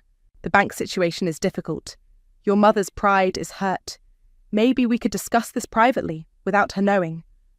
Love, Dad. I crumpled the paper and threw it in my trash bin. Still trying to hide things from Mum. Still avoiding real confrontation. My phone buzzed. Alejandro. Your sister's here at the bank. She's asking about the holding company's paperwork. Give her whatever she wants to see, I replied. She deserves to know the whole truth. An hour later, Eliana texted, "Holy shit, Lou. The scholarship? Did you know?" My heart stopped. "What scholarship?" "Senior year of high school. Full ride to that art and business program you wanted. Mum rejected it without telling you. Said it wasn't a proper education." The world tilted sideways. I remembered that spring. The disappointment when no acceptance letters came. Mum's insistence that traditional business school was the only path. "How did you find out?" I typed back. "It's in the bank records. Mum used your rejection letter as proof of income when refinancing the house. But there was no rejection. There was an acceptance and a full scholarship offer. She just threw it away." My hands shook as I called Andrea. "They stole my future," I said when she picked up. "Or they tried to?" "But they failed," she reminded me gently. "You built your own future anyway." I drove past my parents' house that evening. Mum's car was gone, but the porch light was on, flickering like it always had. How many nights had I come home to that light, feeling like a failure because I wasn't living their dream? Another text from Eliana. "I found something else. That trust fund Grandma left us? Mum cleaned it out years ago, used it for country club fees and her designer wardrobe. I pulled over, letting the truth sink in. Every sacrifice, every struggle, every night I'd worked until dawn. It wasn't just because I was building something. It was because they'd stolen my safety net." My phone rang. Mum again. This time I answered. "The country club board is meeting tomorrow," she said without preamble. "They're voting on our membership renewal. You have to help us." "No." "But our reputation."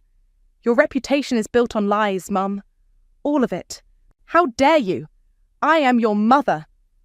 A mother who threw away my scholarship, who stole my trust fund, who spent years telling me I was worthless while living off my success."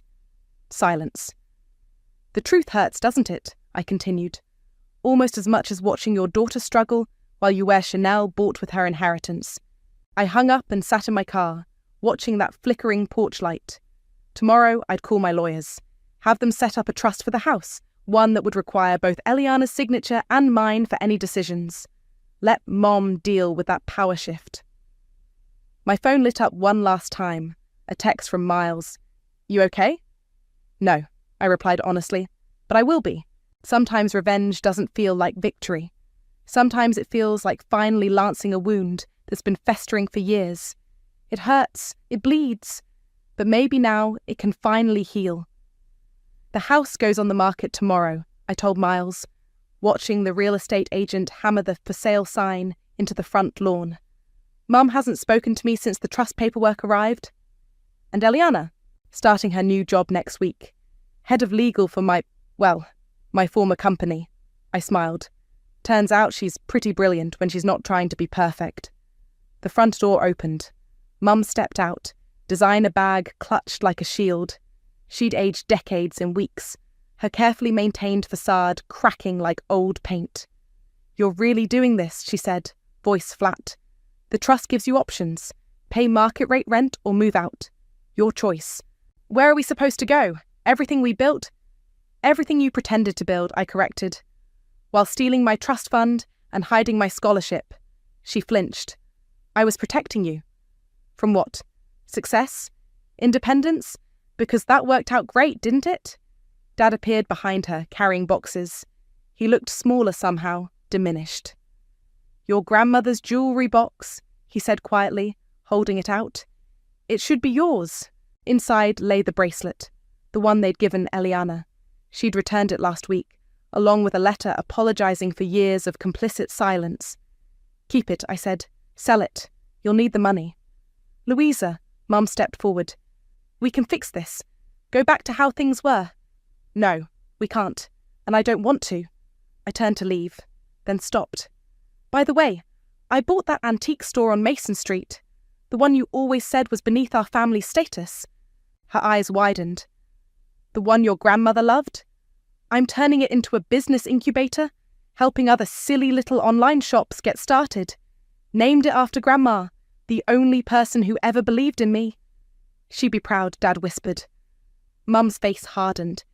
"She'd be ashamed of all of us." "No," I said quietly.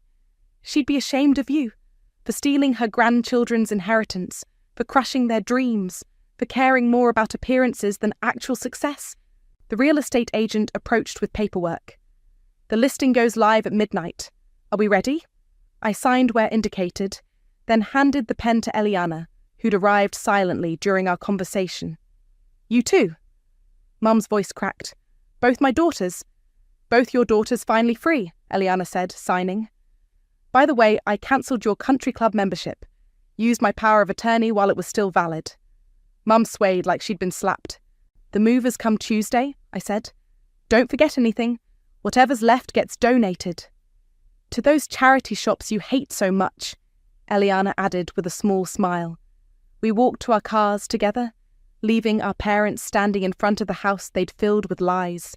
The porch light flickered one last time, then went dark. You know what's funny? Eliana said as we pulled away. I found Mom's old yearbook. She wasn't even popular in high school. All this status obsession. She was trying to rewrite her own history through us. And now she has no status at all. Calm as a bitch in designer clothes. We drove to the antique store. My new project. The faded sign still hung. Margaret's Treasures, named for our grandmother. By next month, it would be Margaret's Innovation Hub, where small dreams grow big. Think we did the right thing? Eliana asked, staring at the storefront. Setting boundaries isn't wrong. Making them face consequences isn't wrong. But they're still our parents. Biology isn't a blank check for bad behaviour. My phone buzzed. A text from Mum. I found your first business plan, the one you wrote in high school. I should have read it back then. I'm sorry I didn't. Too little, too late, but still. Maybe someday they'll understand, I said, pocketing my phone. Maybe they won't. Not our problem anymore. Eliana touched the store's window. Grandma used to bring me here, you know. Said every old thing had a story worth telling. Like how a failed daughter built a $50 million company. Like how two sisters finally learned their worth wasn't measured by their mother's approval. I unlocked the store's door, breathing in the familiar scent of aged wood and possibility. On the counter sat my first product sample, a simple handmade bracelet priced at $24.99, the one that started everything. Ready to build something new? I asked Eliana. She smiled, a real smile, not the perfect one she'd worn for so long. Ready to be real? Sometimes the best revenge isn't in destroying what hurt you. It's in building something better from the ashes, something true, something yours. And if that something helps others find their strength, even better. The door chimed as we stepped inside, leaving the past where it belonged, behind us, in a house with a for sale sign and a broken porch light. The first sign something was wrong came in a pink envelope. I almost missed it, buried under sympathy cards and funeral notices. But there it was, a mortgage payment rejection notice. Impossible. We had plenty of money. My name is Sierra, and 2 weeks ago I buried my mother. Today I'm staring at proof that my comfortable life is starting to unravel. Bryant, I called out, my voice echoing through our empty house. No answer. My husband was working late again. The third time this week. I pulled up our joint account on my phone, hands shaking. The balance made my stomach drop. $852.16. Last I checked, we had over $50,000 in savings. I scrolled through recent transactions, each one hitting me like a punch to the gut. Hotel charges, first-class flights, a $12,000 transfer to an account I didn't recognise. The front door clicked open. "Hey, babe," Bryant said, loosening his tie. He smelled like expensive cologne, not his usual brand. Care to explain this? I held up the pink notice. He barely glanced at it. Must be a bank error. I'll handle it tomorrow. And the empty savings account? His face changed then, just slightly. A tightening around the eyes. You shouldn't worry about finances right now. You're grieving. Let me handle everything. Don't do that, I said. Don't use Mum's death to dodge my questions. Sierra, come on. You're emotional. It's been a rough few weeks. Stop. Just stop. I pulled up the transaction history. What's this hotel charge from last Thursday? Business meeting. In Miami? You told me you were in Chicago. He sighed, running a hand through his hair. Look, some investments didn't pan out. The market's been volatile. I had to move some money around. $50,000 worth. You're not thinking clearly, he said, using that patronising tone he'd perfected lately. Why don't you take one of your anxiety pills and get some rest? I wanted to scream, to throw something. Instead, I thought of Mum's last words to me. Patience reveals all truths. You're right, I said quietly. I should rest. Relief flooded his face. He kissed my forehead, a gesture that now felt hollow. I've got another late meeting tomorrow. Don't wait up. That night, I lay awake remembering Mum's funeral. How Bryant kept checking his phone. How my sister Rebecca showed up late, barely spoke to me, but cornered Bryant for a lengthy conversation I couldn't hear. The next morning, I called Deacon, my friend who works in forensic accounting. Can you help me trace some transactions? I asked. Quietly. Of course. Everything okay? No, I said, but I'm going to find out why. I spent that afternoon in my mother's empty house, sorting through her papers. A photo fell from one of her folders, Mom and me at my wedding, both beaming. Bryant's arm around my waist. All lies. My phone buzzed. A text from Rebecca. How are you holding up? BTW, did Mum ever discuss the inheritance details with you? I stared at the message. Rebecca hadn't asked how I was doing since the funeral, but she wanted to know about money. Another notification popped up. Our joint credit card app, a new charge, $4,800 at Tiffany & Co. My hands were steady as I took screenshots. I forwarded them to Deacon, then opened my banking app and began documenting everything. The grief counsellor Mum insisted I see before she died had said something that suddenly made sense. Sometimes the deepest betrayals come wrapped in concern. Bryant came home past midnight. I pretended to be asleep as he showered, erasing whatever evidence clung to his skin. In the darkness, I made a silent promise to my mother. I would be patient, I would be smart, and I would find out exactly what was happening to the life I thought I had. The next morning, another pink envelope arrived. This time, it was a missed payment notice for our car insurance. I added it to my growing file of evidence, right next to the funeral programme where Bryant had eulogized my mother so beautifully, calling her the wisest woman I've ever known.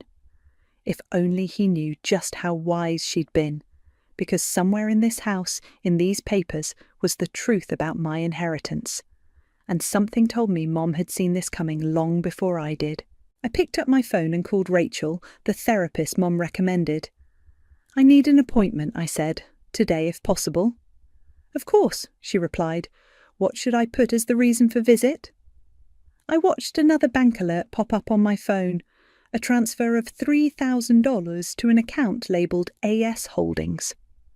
Let's call it marriage counselling, I said. For now. These aren't business expenses, Deacon said, spreading bank statements across my kitchen table, unless your husband's company routinely holds meetings at the Four Seasons Resort in Maui. I sipped my coffee, now cold. We'd been at this for hours. Show me everything. First-class tickets to Miami, booked for 2, suite reservations, jewellery purchases, lots of them, and this, he pointed to a highlighted line, a down payment on a luxury condo through Paradise Valley Real Estate Trust. We don't own property in Paradise Valley. No, Deacon said carefully, but someone named Amber Santos does, and Bryant's signature is all over the paperwork. The name hit me like ice water. Amber. I'd seen it before, somewhere. Here. I pulled up my phone, scrolling through old texts. 3 months ago, Bryant mentioned hiring a new marketing coordinator named Amber. 27 years old, Deacon added, pulling up her LinkedIn profile. Started at Bryant's company 8 months ago. My coffee mug shattered against the wall before I even realised I'd thrown it. Sierra. I'm fine. I wasn't. Keep going. The condo closed 2 weeks ago, right after your mother's funeral. While I was picking out my mother's casket, my husband was picking out real estate with his mistress. My phone buzzed. Rachel, my therapist, confirming our afternoon appointment. Thank God. There's more, Deacon said. The down payment, it came from your joint savings, but the monthly payments are being auto-drafted from an account I can't trace yet. Can you get photos? He hesitated. Already did, had my PI friend watch the condo. He slid an envelope across the table. You sure you want to see these? I opened it. Bryant and a young woman with long dark hair entering the Paradise Valley condo. Him carrying take-out bags, her laughing. Another shot, them on the balcony, his arms around her waist, the same way he used to hold me. The final photo, them kissing in the parking lot next to his car, the same car I'd helped him pick out last year. When were these taken? Yesterday, during his late meeting. My phone buzzed again. Bryant. Working late again, don't wait up, love you. I showed Deacon the text. He swore under his breath. There's one more thing, he said. Your sister, Rebecca? She called Bryant's office multiple times before your mother died, always asking for him directly. The pieces clicked. Rebecca's sudden interest in the inheritance, her private conversation with Bryant at the funeral. I need to go, I said, gathering the photos. I have therapy. Rachel's office was exactly as Mom described it. Calm, peaceful, everything I wasn't feeling. Tell me what's happening, Rachel said after I sat down. I placed the photos on her coffee table. My husband is sleeping with his marketing coordinator and spending my money to keep her in luxury. How did you discover this? Bounced mortgage payments, empty accounts, then I started digging. I laughed bitterly. Mum always said I was too trusting. Guess she was right. Your mother meant a lot to you. She was brilliant, successful, built her own empire after Dad left. I wiped my eyes. She tried warning me about Bryant last year, said he asked too many questions about her estate. And how did you respond? I defended him, said he was just being thorough. My voice cracked. I'm such an idiot. You're not an idiot, Rachel said firmly. You're someone who's experienced multiple betrayals while grieving. What do you want to do about it? I thought about the photos, the empty accounts, the lies. I want to destroy him, I whispered, not just leave him, destroy him. That's a normal feeling, but revenge? No, I cut her off. You don't understand. Mum left me something important. I need to find it before Bryant does. Rachel leaned forward. What did she leave you? I don't know exactly, but the day before she died, she made me promise to read her will carefully. Said there were provisions for protection. My phone buzzed. Deacon, found something, come quick. I have to go, I told Rachel, standing. Sierra, she called as I reached the door, whatever you're planning, be careful. Revenge can burn both ways. I thought of the photos. Bryant and Amber laughing on that balcony I'd unknowingly paid for. Sometimes, I said, things need to burn. Outside, another text waited. Rebecca. We need to talk about Mum's estate. Bryant mentioned some concerns. I deleted it without responding. Let them think I was still the grieving, clueless wife. They'd learn soon enough just how much my mother's daughter had learned about patience and payback. $8 million, Deacon said, sliding the trust document across his desk. Your mother put everything in a protected trust. Bryant can't touch it, not a single penny. I read through the paperwork, my hands trembling. What does this mean? It means your mother was a genius. Deacon pointed to specific clauses. The trust requires your sole authorization for any withdrawals, no joint access, no spousal rights. She even included a clause preventing access through power of attorney. So all this time, all the money Bryant's been spending, it came from your joint accounts, not the trust. He probably thought he'd get access to the trust after draining your liquid assets. I remembered Mum's last conversation with me, how she'd squeezed my hand and said, sometimes love blinds us to truth. That's why we need safety nets. My phone buzzed. Bryant. Need to transfer more money for business expenses? What's the hold-up with the accounts? I ignored it. What happens now? Well, Deacon smiled. Legally, you can close all joint accounts with just your signature. The trust gives you that power. Do it, I said. Close everything. Already did, this morning. My phone buzzed again. Multiple notifications from our banking app. Bryant would be seeing them too. He's going to be furious, I said. Let him. Every purchase he made with Amber, every hotel stay, every flight, it's all documented. And since he moved the money to private accounts without your consent, it's technically financial fraud. A knock at the office door made us both jump. Rebecca stood there, perfectly manicured and wearing our mother's old pearls. "Sorry to interrupt," she said, not sounding sorry at all. "I've been trying to reach you, Sierra." "I've been busy." "So I see." Her eyes flickered to the trust documents. "Having money troubles?"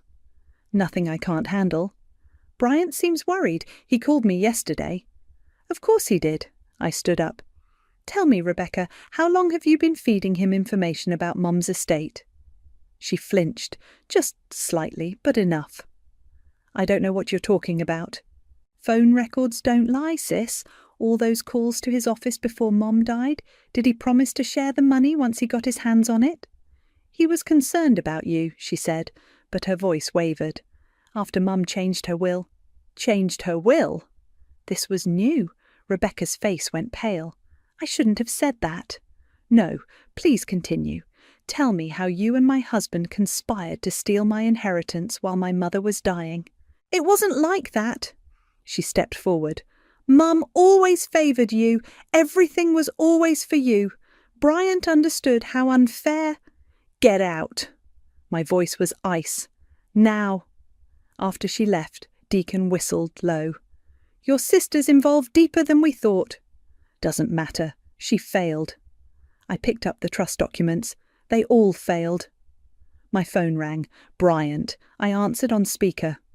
"What the hell did you do?" he shouted. "All our accounts are closed." "Our accounts?" I kept my voice calm. "You mean the accounts you've been using to fund your love nest with Amber?" Silence. "Sierra, I can explain." "No need. The Four Seasons receipts explained plenty. So did the photos." "Photos? You had me followed." His voice cracked. "Baby, please, we can work this out. The money, I'll pay it all back." "With what money, Bryant? The trust you thought you'd get access to?" Another long silence. "How did you know about the trust?"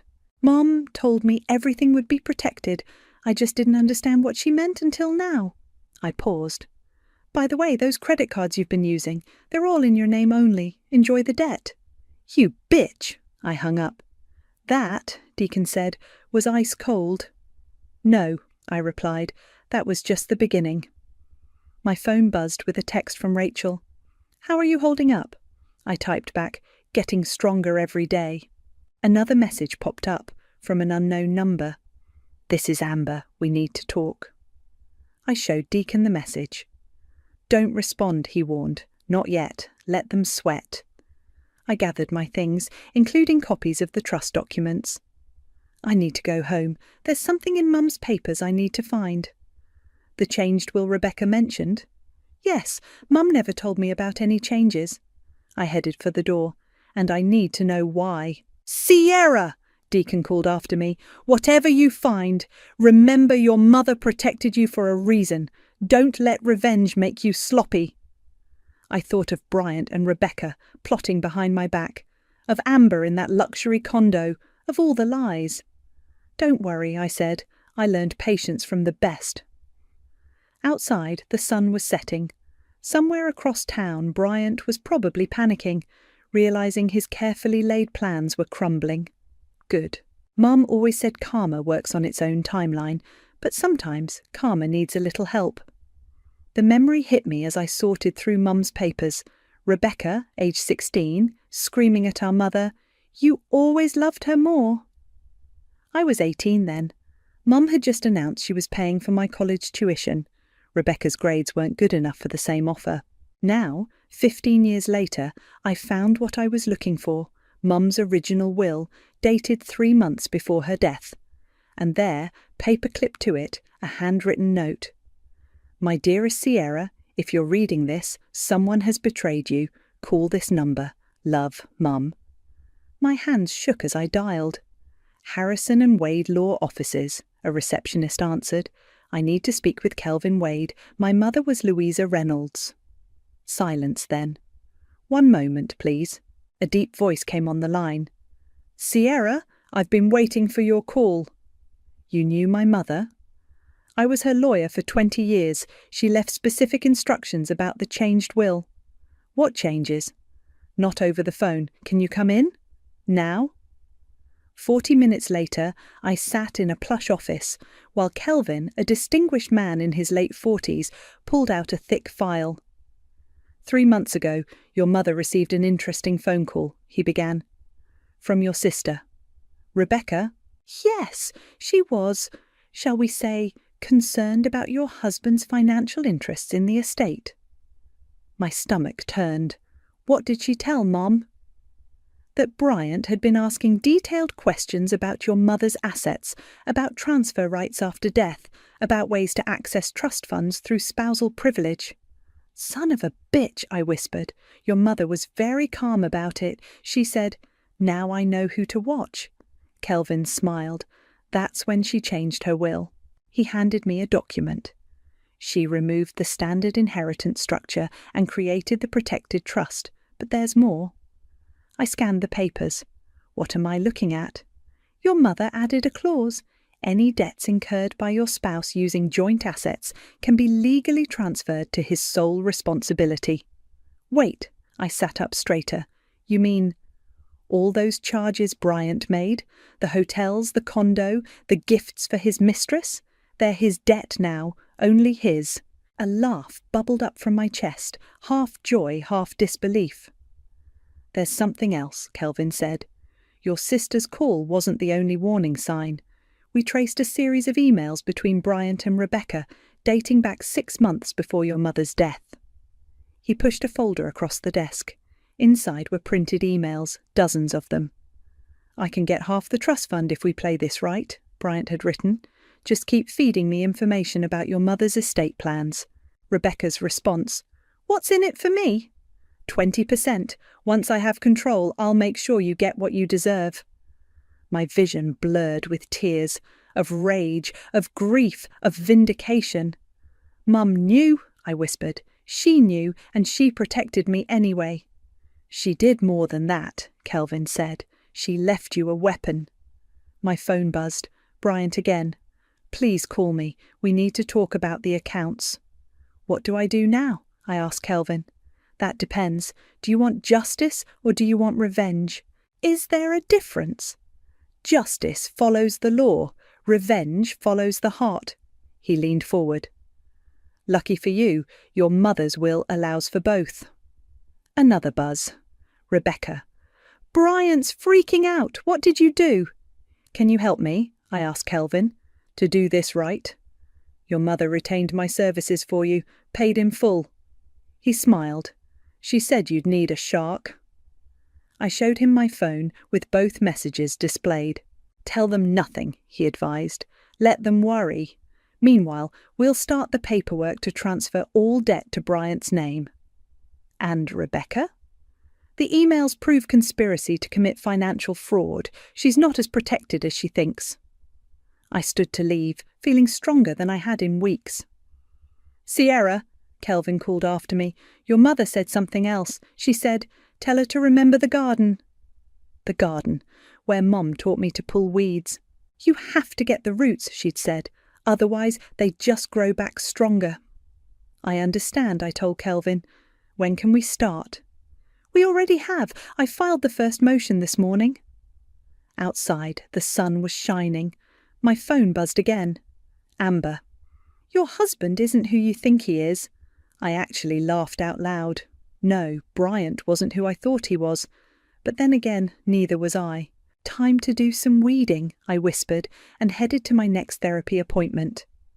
I had a lot to tell Rachel about karma, justice, and the difference between revenge and righteousness. Mum always said every garden needs pruning sometimes. Bryant and Rebecca were about to learn exactly what that meant. "All assets have been frozen," Kelvin announced, sliding the court order across his desk. "And every debt Bryant incurred has been legally transferred to his name only." "How bad is it?" I asked.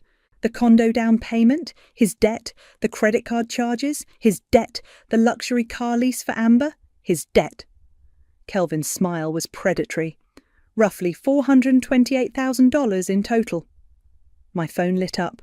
Bryant calling. Again. You should answer it, Kelvin suggested. On speaker.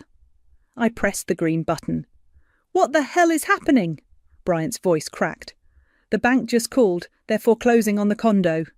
Really? The one you bought for Amber? Sierra, please, I can explain everything. Like you explained the empty accounts, the bounced mortgage payments, the jewelry receipts. I made some mistakes, he said, but this is cruel. You're destroying my life. No, Bryant, I'm just making you pay your own bills. The credit card companies are calling. They're saying everything's in my name now. How did you... Mum's will had some interesting clauses, I cut in, about protecting her daughter from financial fraud. Silence. You knew about the trust, he finally said, all this time? No, Mom knew about you all this time. The line went dead. Kelvin nodded approvingly. Well handled. Now, about your sister? A commotion outside interrupted him. Rebecca burst through the door, face flushed. You vindictive bitch, she screamed. Bryant just lost everything. Funny how karma works, I replied calmly. He was trying to help me. Mum left me nothing. Nothing. He promised to share the money once he stole it from me. I stood up. Those emails between you two were pretty clear about the plan. She paled. What emails? The ones where you agreed to help Bryant steal my inheritance for 20%. I stepped closer. Tell me, what's 20% of 0? Ms. Reynolds, Kelvin interrupted smoothly, you're not authorized to be here, and given the evidence of conspiracy to commit fraud, I suggest you leave before we contact the authorities. Rebecca's hands trembled. You can't prove anything. Actually, I pulled out my phone, playing a recording. We can. Her own voice filled the room. Just keep feeding me information about your mother's estate plans. You recorded our calls? She whispered. No, Mum did, right after you warned her about Bryant's questions. I smiled. She didn't just change her will that day. She started gathering evidence. Rebecca stumbled backward. This isn't fair. You always got everything. I got what I earned, I snapped. While you were partying through college, I was helping Mum build her business. While you were demanding handouts, I was learning from her. Ladies, Kelvin warned, let's keep this professional. My phone buzzed. Amber again. We need to meet. There's something you should know. I showed Kelvin the message. Set it up, he advised, but in public, and wear this. He handed me a small recording device. Rebecca was still standing there, shell-shocked. What happens now? Now? I gathered my things. Now you get to watch everything fall apart, just like you and Bryant planned for me. I'll tell everyone what you did, she threatened, how you ruined him. Go ahead, tell them how Mum's will protected me from my husband's attempt to steal my inheritance. Tell them how you helped him plan it during her final months. I reached the door. Tell them everything. Outside, another text waited. Bryant. Please, I'm begging you. The banks are calling in all the loans. I forwarded it to Kelvin with a simple message. Start the divorce proceedings. My next stop was Rachel's office. She listened quietly as I explained everything. How do you feel? She asked when I finished. Powerful, I admitted, but also tired. Revenge takes energy, she noted. Are you ready for what comes next? You mean meeting Amber? I mean living with the consequences of all of it. I thought about Mum's last lesson, about gardens and weeds and patience. I'm not doing this for revenge anymore, I said. I'm doing it for truth. My phone lit up. A message from Deacon. Just traced the money trail. You need to see this. Amber isn't who we thought. Then another text from Amber herself. Starbucks, tomorrow, 2 p.m. There's something about Bryant you need to know. I showed Rachel the messages. Be careful, she warned. Sometimes the truth is more complicated than we expect. I know, I said, touching the recording device in my pocket, but Mum always said knowledge is power. And tomorrow I'd find out just how powerful the truth could be. Amber was already waiting when I arrived at Starbucks, stirring her drink with perfectly manicured nails. She looked younger in person than in the surveillance photos, barely pushing 30. "Thanks for meeting me," she said as I sat down. "Let's skip the pleasantries." I placed my phone on the table, recording app running. "You wanted to talk, so talk." She smiled, not the guilty smile I expected, but something sharper. "You think you know what's happening here, don't you?" "I know my husband drained our accounts to keep you in luxury." "Your husband," she laughed, "is an idiot, and you're not the first wife he's tried to rob." That hit me like a slap. "What?" "Bryant was married before. Did he tell you that? To a woman in Florida, left her bankrupt too." I gripped my coffee cup tighter. "You're lying." Amber pulled out her phone, pulled up documents. Margaret Stevens. Married to Bryant Clayton for 14 months in 2018.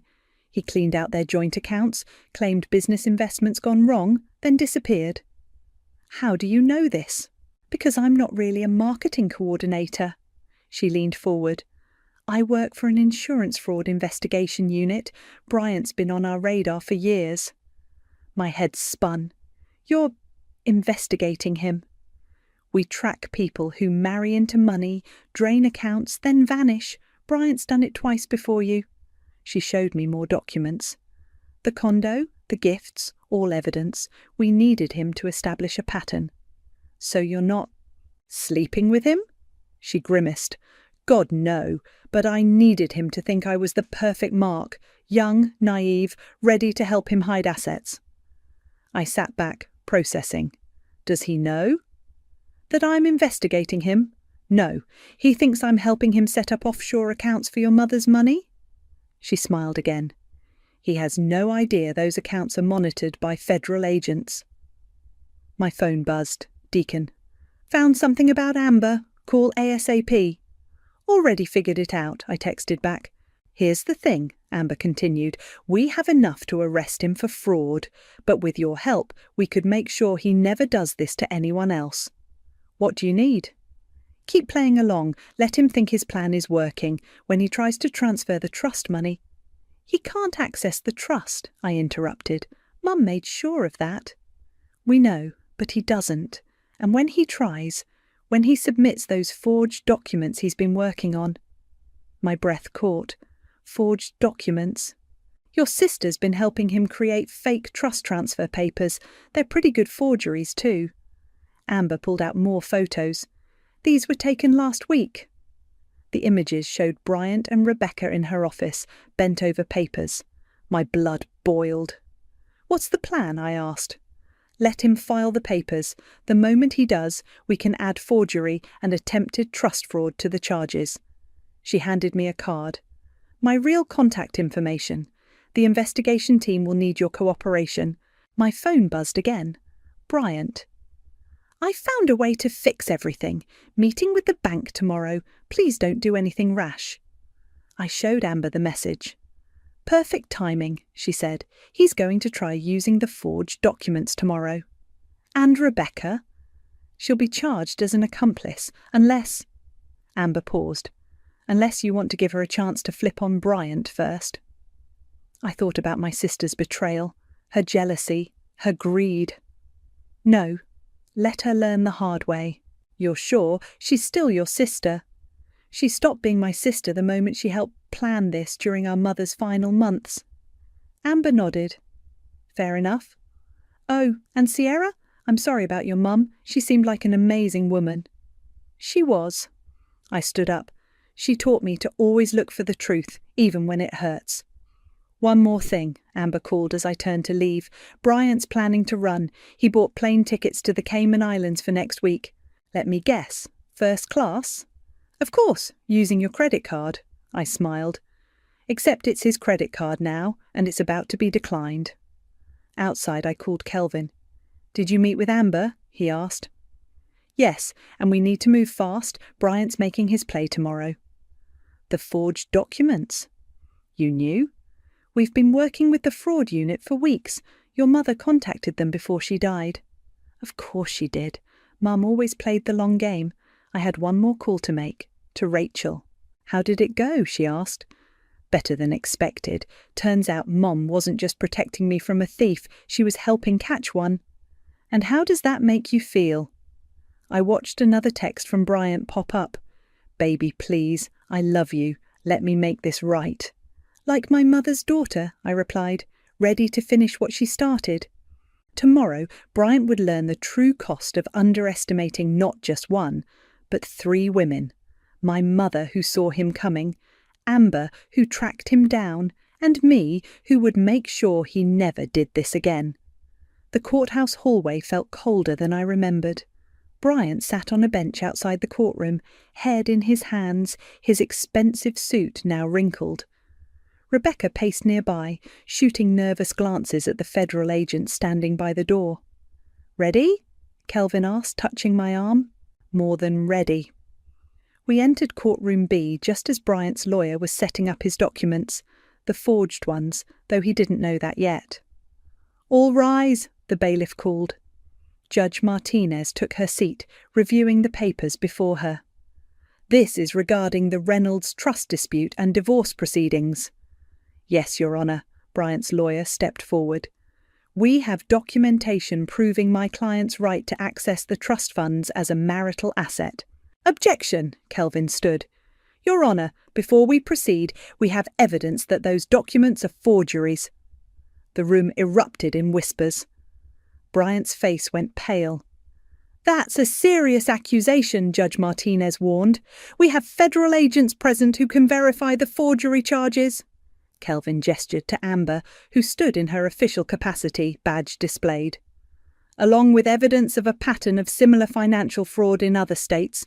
Bryant jumped up. "This is ridiculous. Sierra, tell them." "Sit down, Mr. Clayton," the judge ordered. "Ms. Reynolds, do you wish to make a statement?" I stood, my voice steady. "Yes, Your Honour. Those documents were forged by my husband and sister in an attempt to steal my inheritance. We have surveillance photos, email evidence, and testimony from federal investigators proving this conspiracy." Rebecca gasped. Bryant's lawyer frantically flipped through his papers. "Furthermore," I continued, "my mother's will specifically protected against this type of fraud. All debts incurred by my husband using our joint assets have been legally transferred to his name alone."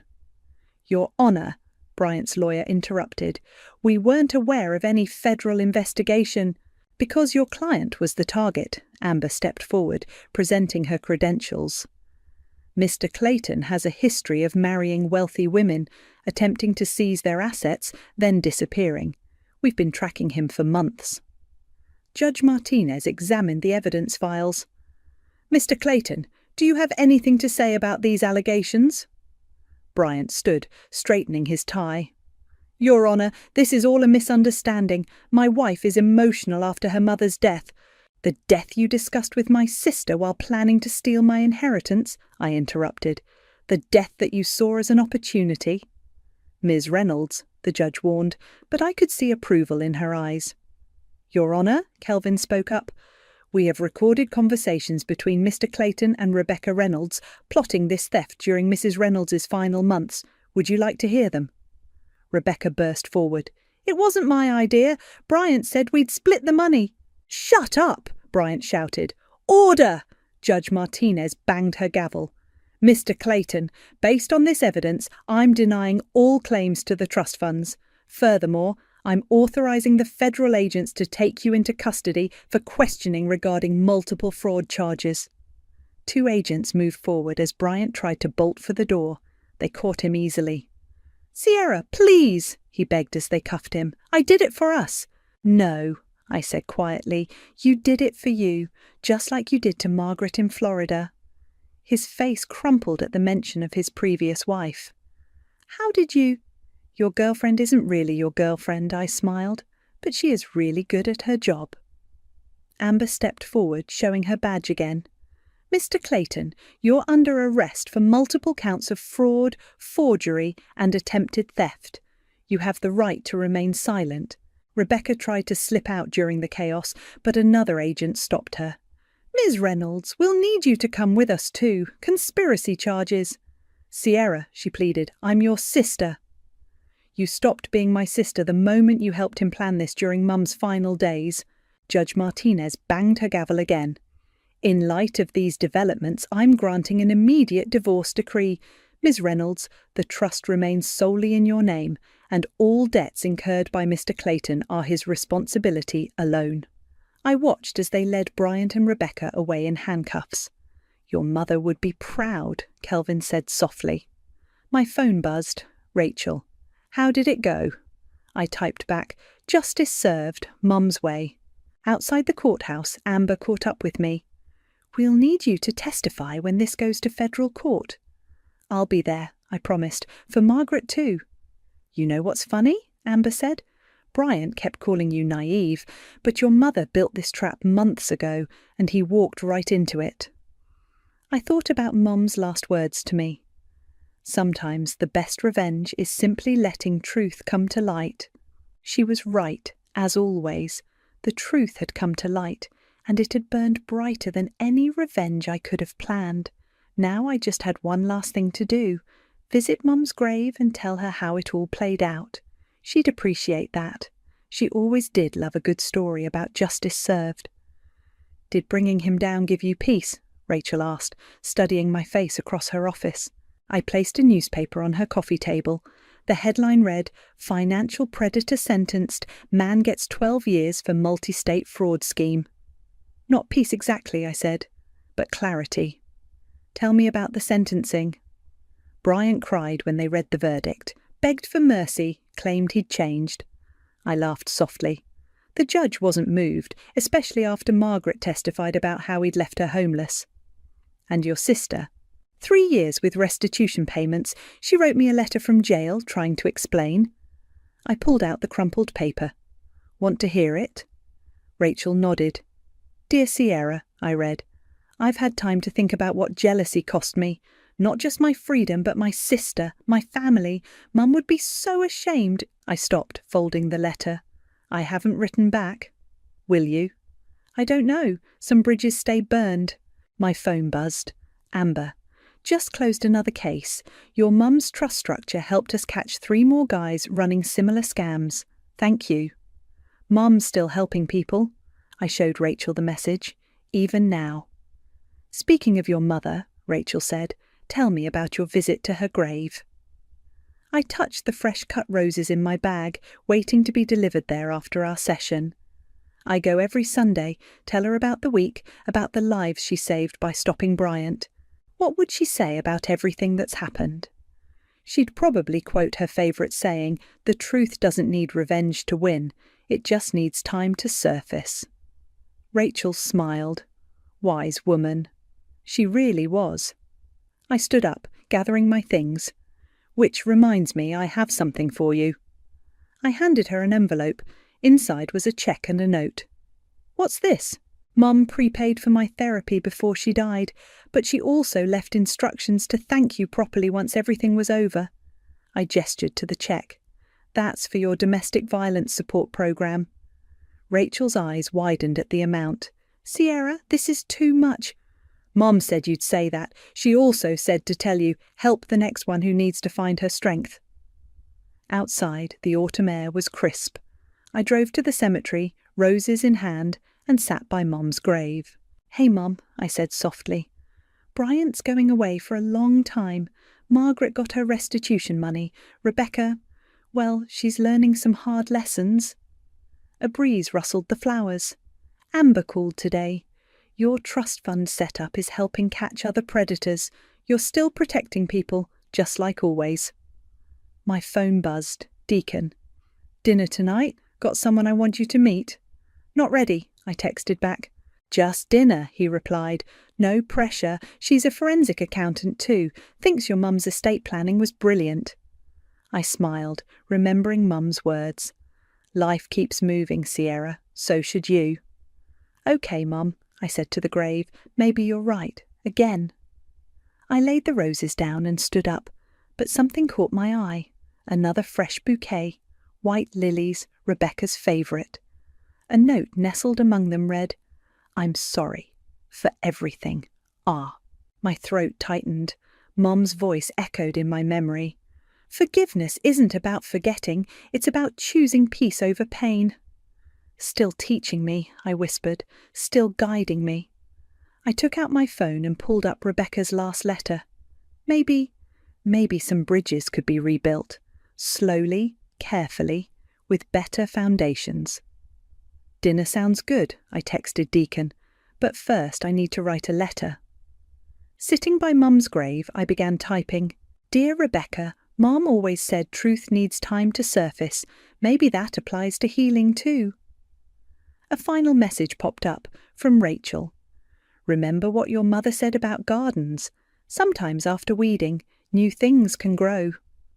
I looked at the roses and lilies side by side on Mum's grave, different flowers but both reaching for the same sun. "I know, Mum," I said softly. "I know. Time to plant something new." Standing up, I felt lighter somehow, not healed, not completely, but ready to see what might grow in this garden I'd cleared of weeds, ready to honour Mum's legacy, not just through justice, but through growth.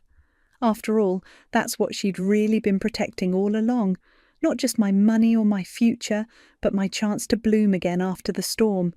And somewhere, I knew she was smiling, watching her daughter finally step into the sun. The voicemail light blinked on my phone like a tiny beacon of karma. 3 missed calls from the number I'd blocked years ago, and now this message waiting to be heard. I let it sit there while I finished my morning coffee, watching the sunrise through the floor-to-ceiling windows of my custom-built home. The home they said I'd never have. My name is Trinity, and I learned early that some parents measure love in degrees of ability. Mine had 2 daughters, me and my perfectly able-bodied sister Livia. Guess which one got the college fund? I pressed play on the voicemail, my father's voice crackling through the speaker. "Trinity, it's Dad. We need to talk. It's urgent. Your mother and I, we've hit some trouble. Livia's company. Well, we need your house, Trinity. You're the only one who can help." I laughed so hard my coffee nearly spilled. The irony was delicious, better than the organic Brazilian roast in my custom-height mug holder. "Everything okay?" Aaron called from his makeshift office in my guest room. He'd been crashed here all week while we finished a major consulting project. "Remember when I told you karma would eventually come knocking?" I wheeled over to his doorway. "Well, it just left a voicemail." Aaron looked up from his laptop, eyebrows raised. "The parents who said you'd never amount to anything need something from you. Do tell." Apparently, their golden child startup tanked. I pulled up beside his desk, showing him the local business news article I'd already found. Live It, the revolutionary self-affirmation app that was going to make them all millionaires, the one they emptied my college fund to invest in, the same college fund they promised was untouchable. Aaron's face darkened. He'd been there that day 5 years ago when I discovered the truth. The very same. I closed my eyes, the memory sharp as broken glass. "It's just business, Trinity," my father had said, not even looking at me as he signed the papers. "Livia's app has real potential. Your fund, well, it was just sitting there. You understand, don't you?" "She's sitting there for my education," I'd replied, my hands gripping my wheelchair arms so tight my knuckles went white. "For my future." My mother had the audacity to pat my shoulder. "Honey, be realistic. In your condition, what kind of future were you really planning?" The sound of Aaron snapping his fingers brought me back. "Earth to Trinity. You went somewhere dark just now. Just remembering the day they told me I wasn't worth investing in." I smiled, but it wasn't a happy expression. "Now they need my investment, my house, the one I built with the consulting business they said would never work." My phone buzzed again. Another call from my father. I let it ring. "What are you thinking?" Aaron asked, knowing that look in my eyes. I wheeled to the window, surveying my domain. Every inch of this house was designed for independence, for survival, for success on my own terms. The adaptive features weren't just functional, they were beautiful. Like me, they refused to be hidden away. "I'm thinking about the guest suite," I said slowly. "The one we never finished, the one that's still bare concrete and exposed pipes. Trinity, they always treated me like I was barely more than furniture. Maybe it's time they learned what that feels like." My phone lit up with a text from Livia. "Please answer Dad's calls. They really need help. Don't be petty." Petty. Like when they skipped my college graduation because Livia had a startup pitch meeting, or when they forgot my surgery date because they were at her app launch party. I turned to Aaron. My decision made. Call Lara. Tell her I need a part-time nurse for 2 new residents. And get me the number for that minimalist furniture store, the one that specialises in institutional settings. "You're really going to let them move in?" "Oh, yes," I smiled, wheeling toward my office where the house blueprints were stored. "But they're about to learn that karma isn't just a concept. Sometimes it's architectural." My phone buzzed one final time. A voicemail from my mother. "Trinity, please, we have nowhere else to go. Your father's health, we need you." Need. Such a powerful word. They never needed me before, not when I needed them. But now they'd learn exactly what need feels like, in stark, sterile, stripped bare detail. I picked up my phone and began to type. "Dear Dad, I'll help. Move-in date is next week. But remember, my house, my rules, just like you always taught me. Send. Let the lessons begin." "So what exactly was Leave It supposed to do?" Aaron asked, scrolling through the app's defunct website. We were taking a break from planning the guest suite renovation, surrounded by blueprints and material samples. "Oh, you'll love this." I pulled up the promotional video on my tablet. "Watch." Livia's face filled the screen, all perfect makeup and practiced sincerity. "Life is hard, but with Live It, you can transform negative thoughts into positive affirmations. Just speak your worries into the app, and our AI will generate personalized mantras to help you overcome any obstacle." Aaron snorted coffee through his nose. "Any obstacle? Like maybe parents who drain your college fund." "Shh, wait for the best part." Livia's voice continued, syrupy sweet. "For just $9.99 a month, you can access our premium features, including daily motivation alerts and our exclusive gratitude journal function." $75,000, I said, closing the video. That's what they gave her.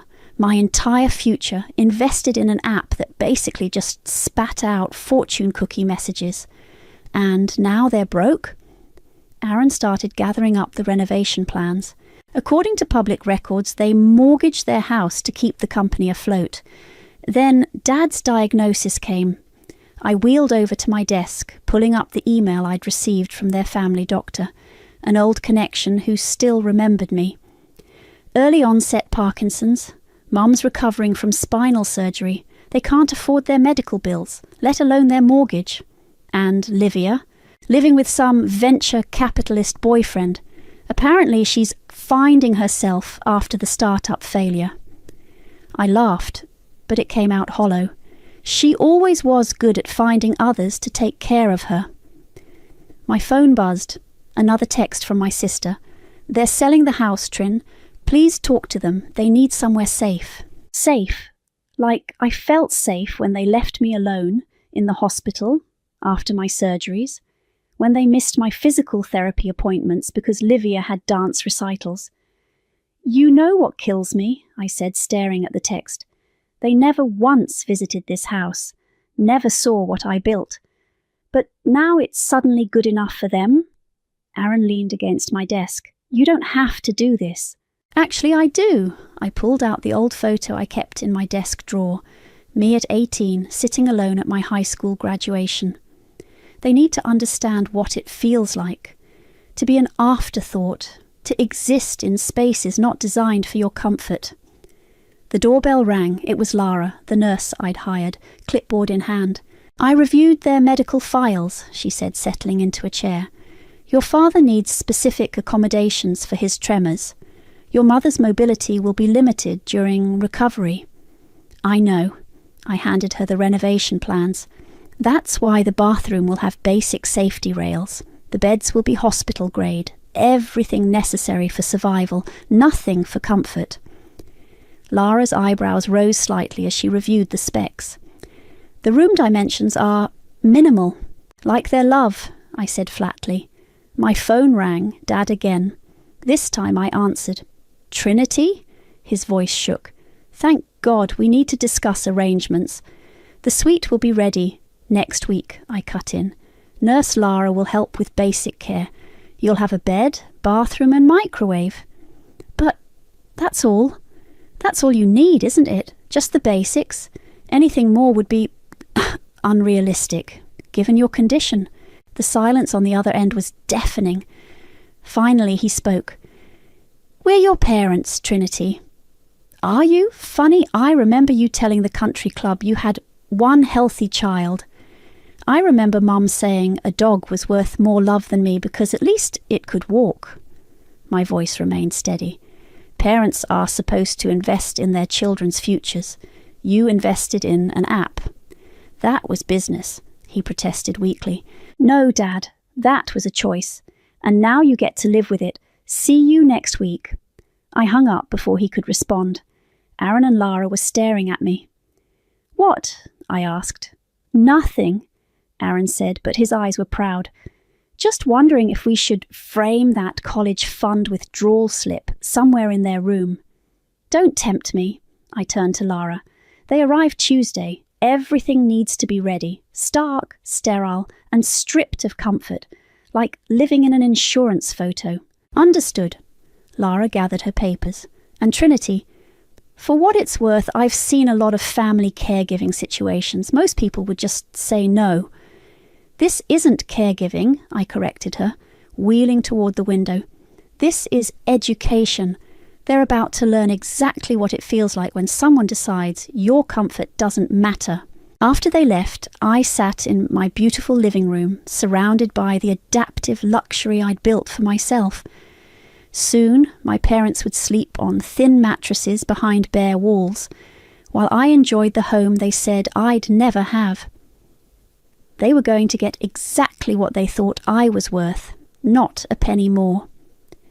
The walls need to be beige, I told the painters. Not cream, not off-white. Industrial beige, like a DMV waiting room. The guest suite transformation was nearly complete. What was once meant to be a warm, welcoming space had become a masterpiece of discomfort, all while remaining perfectly legal and AIDA compliant. Lara walked through making notes. The hospital beds arrived this morning. Basic linens, no decorative pillows. The fluorescent lighting is intense. Good. I wheeled around the space, checking every detail. How's the bathroom? Safety rails installed, basic shower chair. The mirror, she hesitated, is positioned just slightly too high for comfortable wheelchair use, I finished, like every mirror in every house I visited growing up. Aaron appeared in the doorway carrying a box. Look what I found in storage. Your old physical therapy schedules, the ones with all the missed appointments marked in red. Perfect. I took them, already planning where to display them, right next to their beds. The sound of a car pulling up made us all pause. Through the window I watched Livia step out of her Tesla, designer sunglasses hiding half her face. Incoming, Aaron muttered. I met her at the door before she could ring the bell. You're early. Jesus, Trinity. She pushed past me into the house. I had to see this set up for myself. They're our parents, not prisoners. Follow me. I led her to the suite, watching her face as she took in every deliberately austere detail. This is cruel, she said, running her hand along the bare concrete wall. Where are the windows? Covered, like my future was when you took my college fund. That again? It was business. And anyway, the app would have succeeded if what? I cut in. If the market understood your vision. If people actually wanted to pay $10 a month for automated positive thinking. Face it, Livia, you failed, and you took my future down with you. She spun around, finger pointed. At least I tried to make something of myself, while you just sat there. Careful, Aaron warned from the doorway, his voice low. Livia caught herself, but the damage was done. I wheeled closer, my voice deadly calm. Just sat there. I built a consulting empire while you played entrepreneur with my money. I designed this house while you designed emoji affirmations. The only thing I've been sitting on is this revenge. They're sick, she pleaded. Dad can barely hold a cup some days. Really? The tremors must make it hard to function, to feel normal, to be independent. Imagine that. Lara cleared her throat. The medication schedule is posted by the beds. Basic care will be provided twice daily. Basic care, Livia exploded. They need more than basic care. They need their daughter. No, I said quietly. They need Karma, and she's finally home. A text alert chimed, the security company letting me know my parents' car had just turned onto my street. Perfect timing, I said, wheeling toward my private wing. Aaron, show them in. Lara, begin the intake process. Livia, you can stay or go. Like always, it's your choice. Trinity, wait, but I was already gone, leaving them to handle the arrival. Through the security cameras, I watched my father struggle out of their old Volvo, his hands shaking as he gripped his cane. My mother moved slowly, her back brace visible under her shirt. They looked smaller somehow, older, more fragile. Good. Aaron led them inside while Lara explained the setup. Their faces fell as they entered the suite, eyes scanning the institutional furniture, the bare walls, the covered windows. But where are the rest of the rooms? My mother asked. This is your space, Lara explained professionally. The main house is Miss Trinity's private area. We can't live like this, my father protested. Actually, you can, Aaron said. Just like Trinity lived with what you gave her. Funny how that works. I watched them sink onto their separate beds, the reality of their situation finally hitting home. My mother began to cry. My father stared at the physical therapy schedules on the wall, his hands trembling more violently. Livia stood in the doorway, looking lost. This isn't right, she whispered. No, I agreed through the intercom, making them all jump. It's not right. It wasn't right when they abandoned me at hospitals. It wasn't right when they stole my future. It wasn't right when they treated me like a burden instead of a daughter. But here we are. I switched off the camera feed and wheeled to my sunroom, my sanctuary. Through the glass ceiling, I watched clouds drift past, remembering all the times I dreamed of this moment. Revenge wasn't supposed to feel this heavy, this necessary, this just. But as I heard my mother's muffled sobs echo through the walls, I smiled. Sometimes justice comes with tears. Sometimes karma needs architects. And sometimes daughters need to teach their parents how to live with what they're given. Day 3 of my parents' stay, and the walls were already closing in. I could hear my mother's voice through the monitoring system, thin and desperate. William, I can't sleep with that fluorescent light. It never turns off. The nurse said it's for safety, my father replied, because of my condition. Just like the lights they'd leave on in my room, claiming it was for my own good.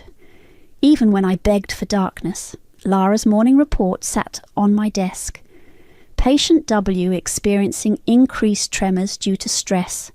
Patient K requesting additional pain medication, denied per schedule. How are they adapting? I asked when she arrived for the afternoon check. Your father spent an hour trying to adjust his bed away from the blank wall. Your mother keeps asking about window access. Lara's face remained professional, but her eyes held understanding.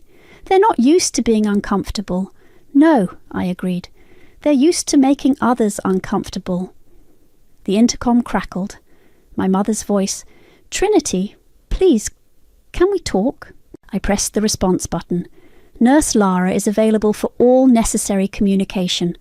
We're your parents. Really? I have some medical bills from 2018 that suggest otherwise. Silence, then soft crying. I wheeled away from the intercom toward my office where Aaron was working. "Your sister called," he said without looking up, 3 times. "Did she mention how her boyfriend's yacht trip is going? Actually, she's living in his pool house now. Apparently the relationship is complicated." I laughed. Everything's complicated when you run out of other people's money. My phone buzzed. A text from Livia. "Mum's crying every night. Dad can barely eat. Is this what you wanted?" I typed back. "Remember when Mom said she loved the dog more than me because it could walk? Karma's a better trainer than any app." The response was immediate. "You're being cruel." "No," I replied. "I'm being educational." A crash from the guest suite interrupted our exchange. Through the security feed, I watched my father struggling to pick up a fallen water glass, his trembling hands making the task impossible. "Need help?" I asked through the intercom. "Please," he whispered. "Interesting. I needed help too, once, at my college orientation. Remember that day? Oh, wait, you were at Livia's app investor meeting." The glass stayed on the floor. Later that evening, I heard my mother on the phone with her sister. "It's like a prison, Margaret. Our own daughter. I don't understand how she could..." I pressed the intercom. "Funny, I said the same thing about parents who drain their disabled daughter's college fund. Life's full of mysteries." The call ended abruptly. Aaron found me in the sunroom, staring at the stars through my glass ceiling. "You okay? Did you know they used to lock my wheelchair in the garage when company came? Said it ruined the house's aesthetic." I turned to face him. "Now they're the ones hidden away. Poetic, isn't it?" A notification popped up on my phone. A direct deposit alert. My consulting firm had just landed another major contract. "Should we tell them," Aaron asked, "about how successful you've become? They'll figure it out. Every time they hear my heels clicking on marble floors, they can't access. Every time they smell gourmet meals, they can't share." I smiled. Success is best served in small, painful portions. The night brought more tears from my mother's room. Through the cameras, I watched her pace their small space, touching the walls like they might give way if she pressed hard enough. My father sat on his bed staring at the physical therapy schedules. "Catherine," he said suddenly, "do you remember this date, July 15th? "What about it?" "It was Trinity's spinal surgery. We were at Livia's product launch." "We sent flowers," my mother said weakly. I pressed the intercom. "Actually, you didn't, but the night nurse brought me a vending machine candy bar. It was more than you managed." The silence that followed was heavy enough to crack concrete. A new text from Livia lit up my phone. "They made mistakes. We all did. But this punishment..." I cut her off mid-message. "Isn't punishment. It's perspective. They're getting exactly what they gave. The bare minimum. The essential care.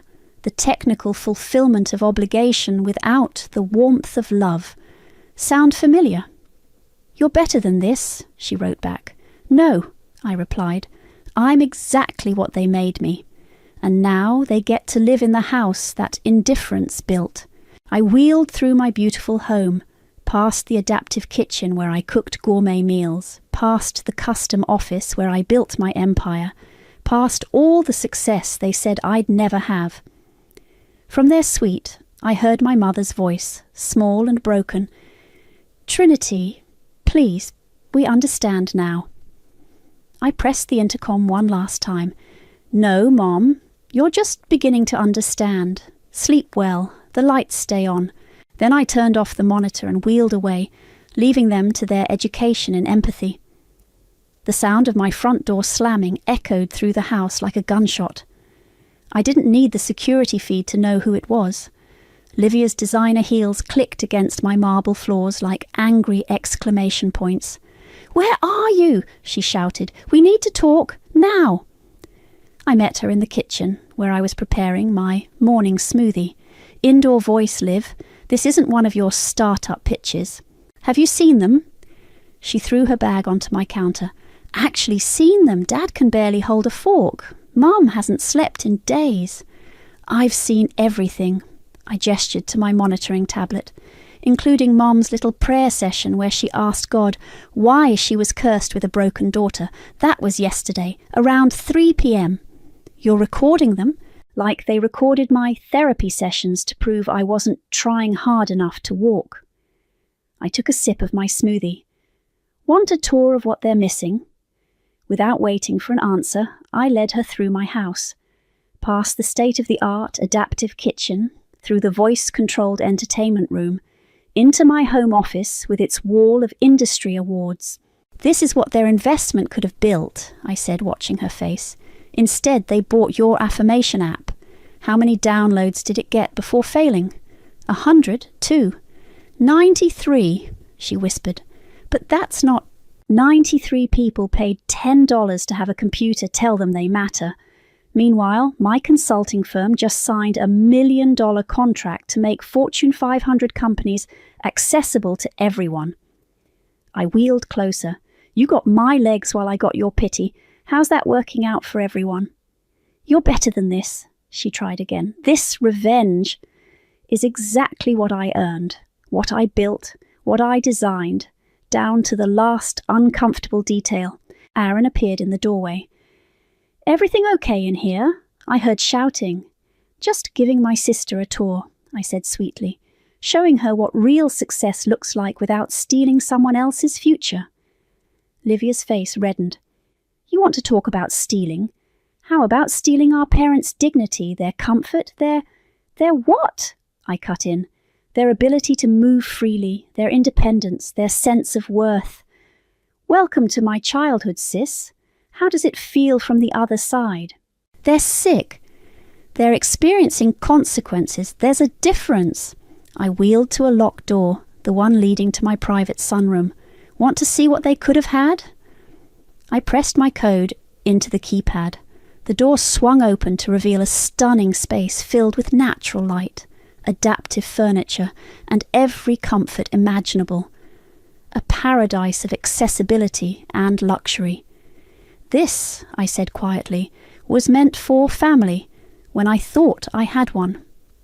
Livia stood speechless, taking in the contrast between this room and our parents' suite.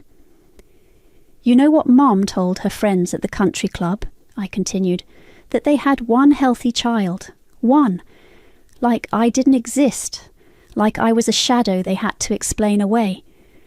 I didn't know, she whispered. Of course you didn't. You were too busy being perfect, being whole, being worth investing in.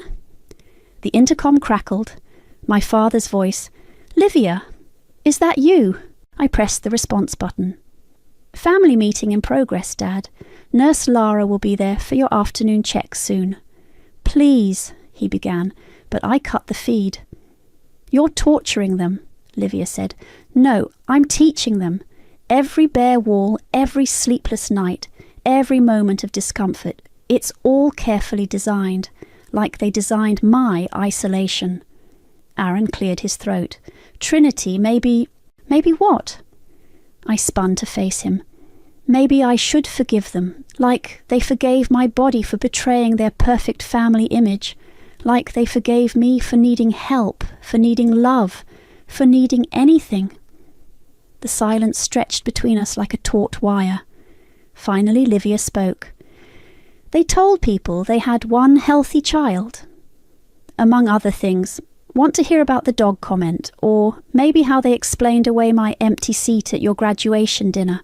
She sank into a chair, her perfect posture crumbling. I never knew. I was so focused on my dreams, my future. My money, I added helpfully. I'll pay you back, she said quickly. Once I get back on my feet, keep it. I wheeled to the sunroom door.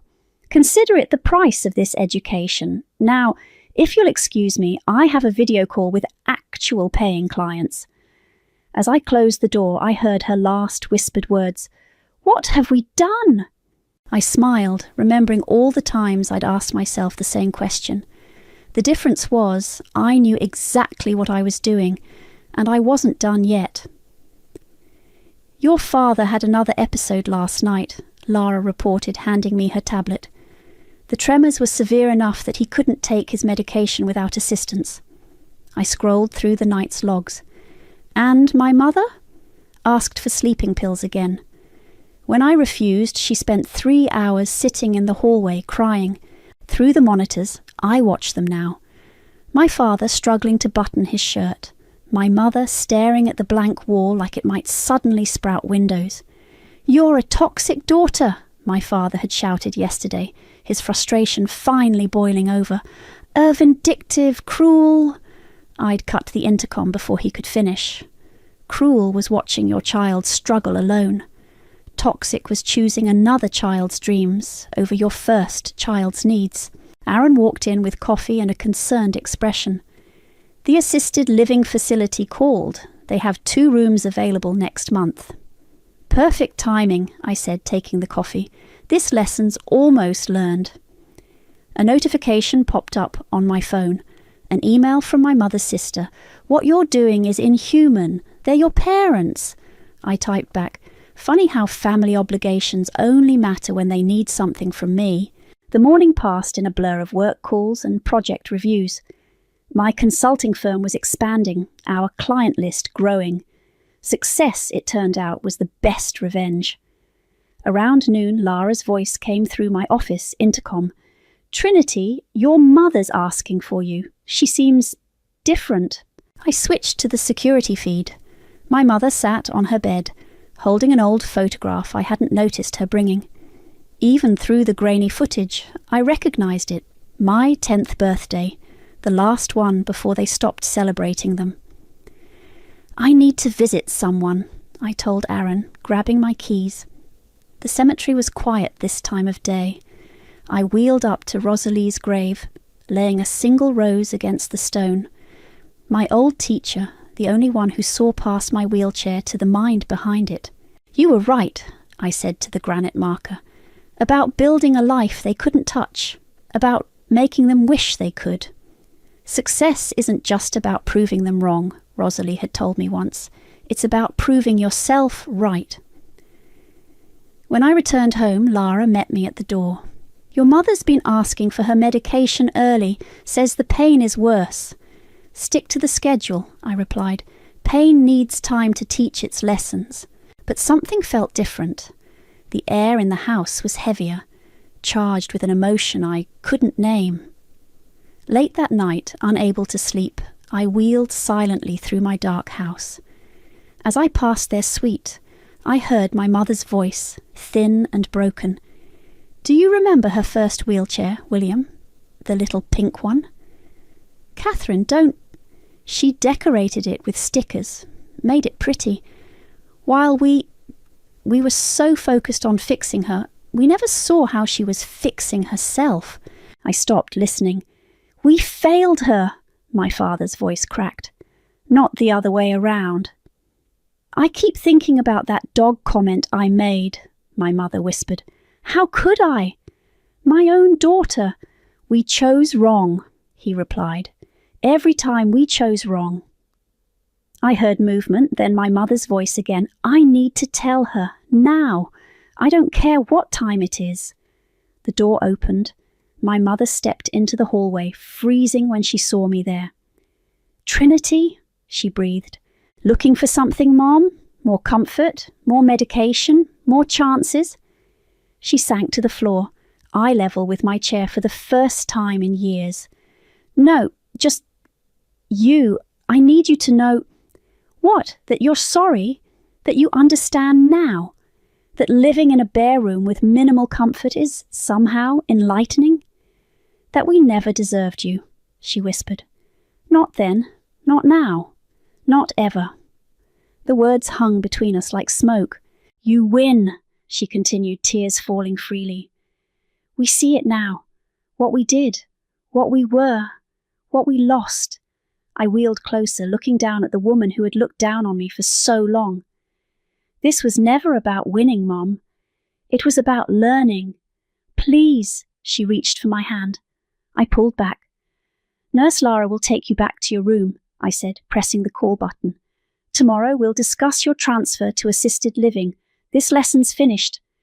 Trinity, good night, Mom. The lights stay on, like always. As Lara led my mother back to her room, I heard her last whispered words. We never saw your light. We only saw our shadows. I wheeled to my sunroom, where the moon painted patterns on my floor. Tomorrow I'd make the arrangements, sign the papers, end this chapter. But tonight I sat in my victory, tasting its bittersweet flavour.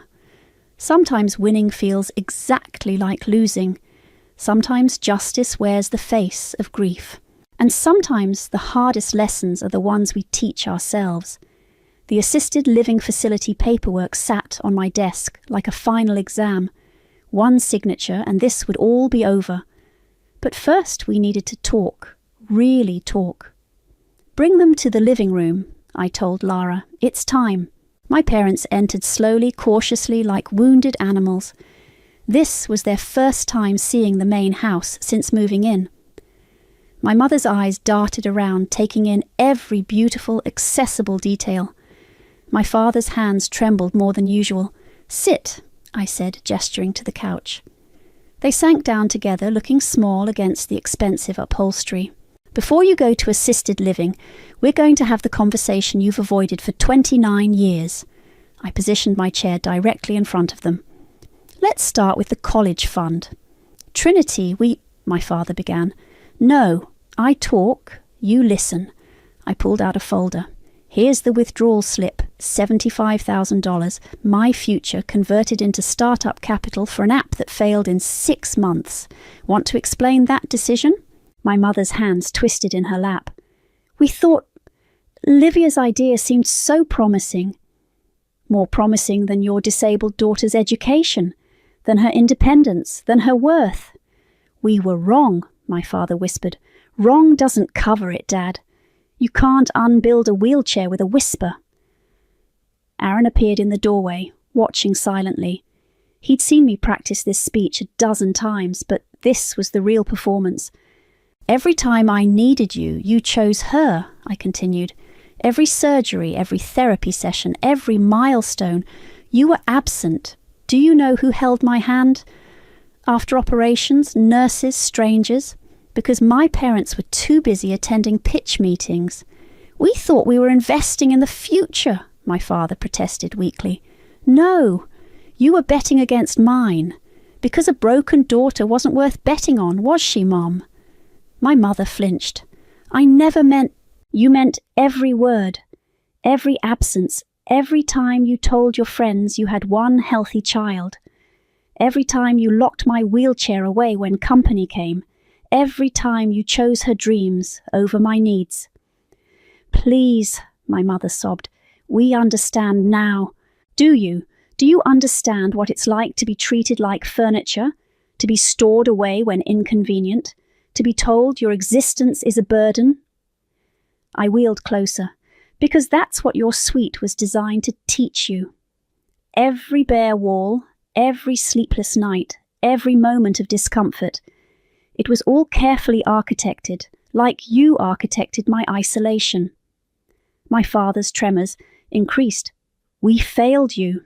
Spectacularly, I agreed, and now you know exactly how it feels.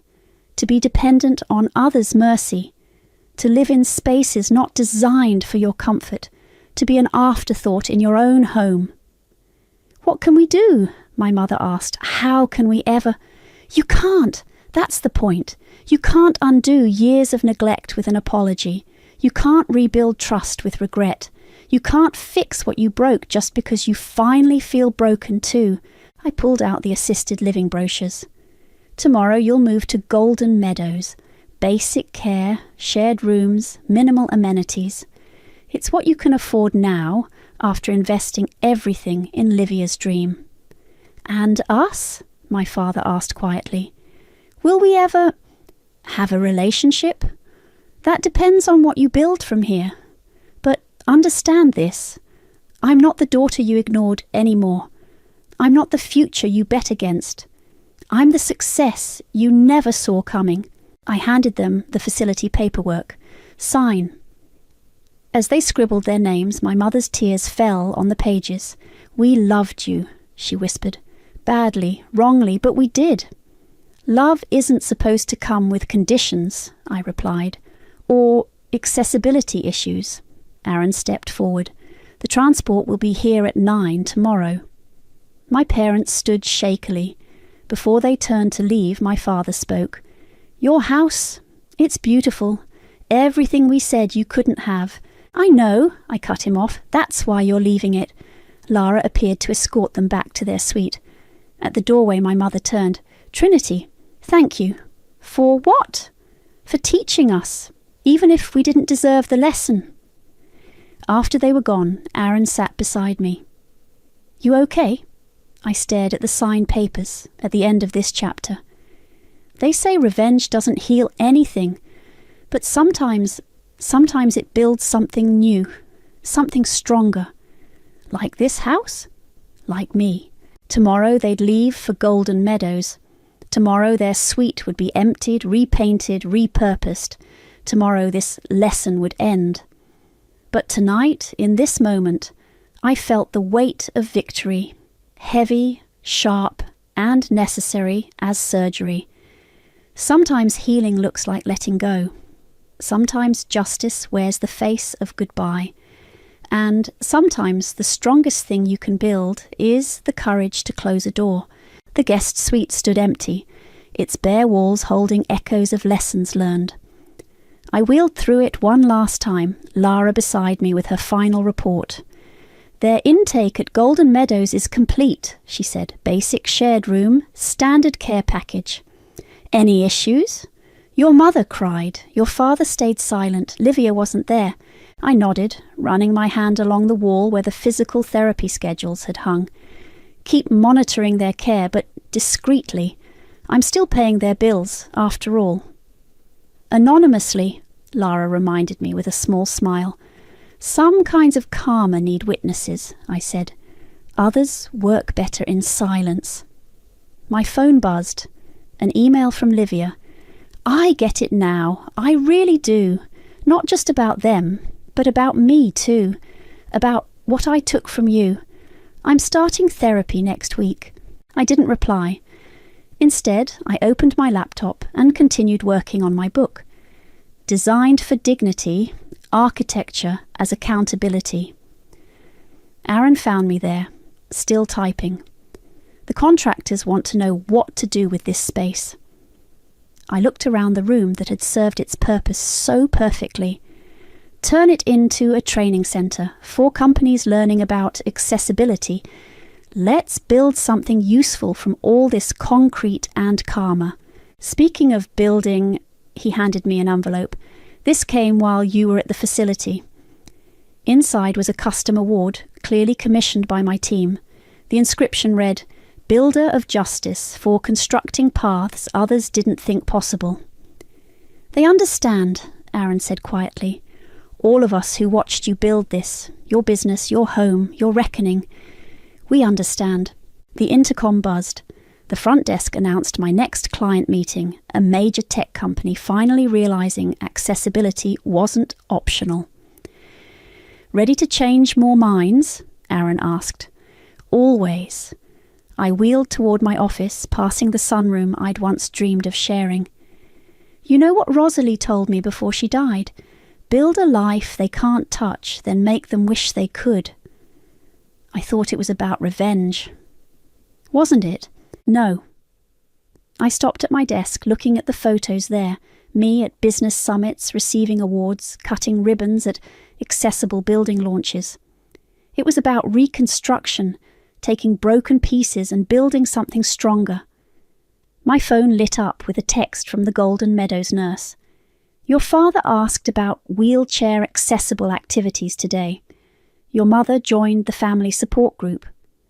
"Small steps," I murmured. "On newly built paths," Aaron added. The client meeting went brilliantly. Another contract signed, another building that would welcome everyone. As I reviewed the papers, a notification popped up. Someone had finally responded to my mother's old country club post about having one healthy child. My reply was simple. She had 2 children. One learned to build despite barriers. The other built barriers despite learning.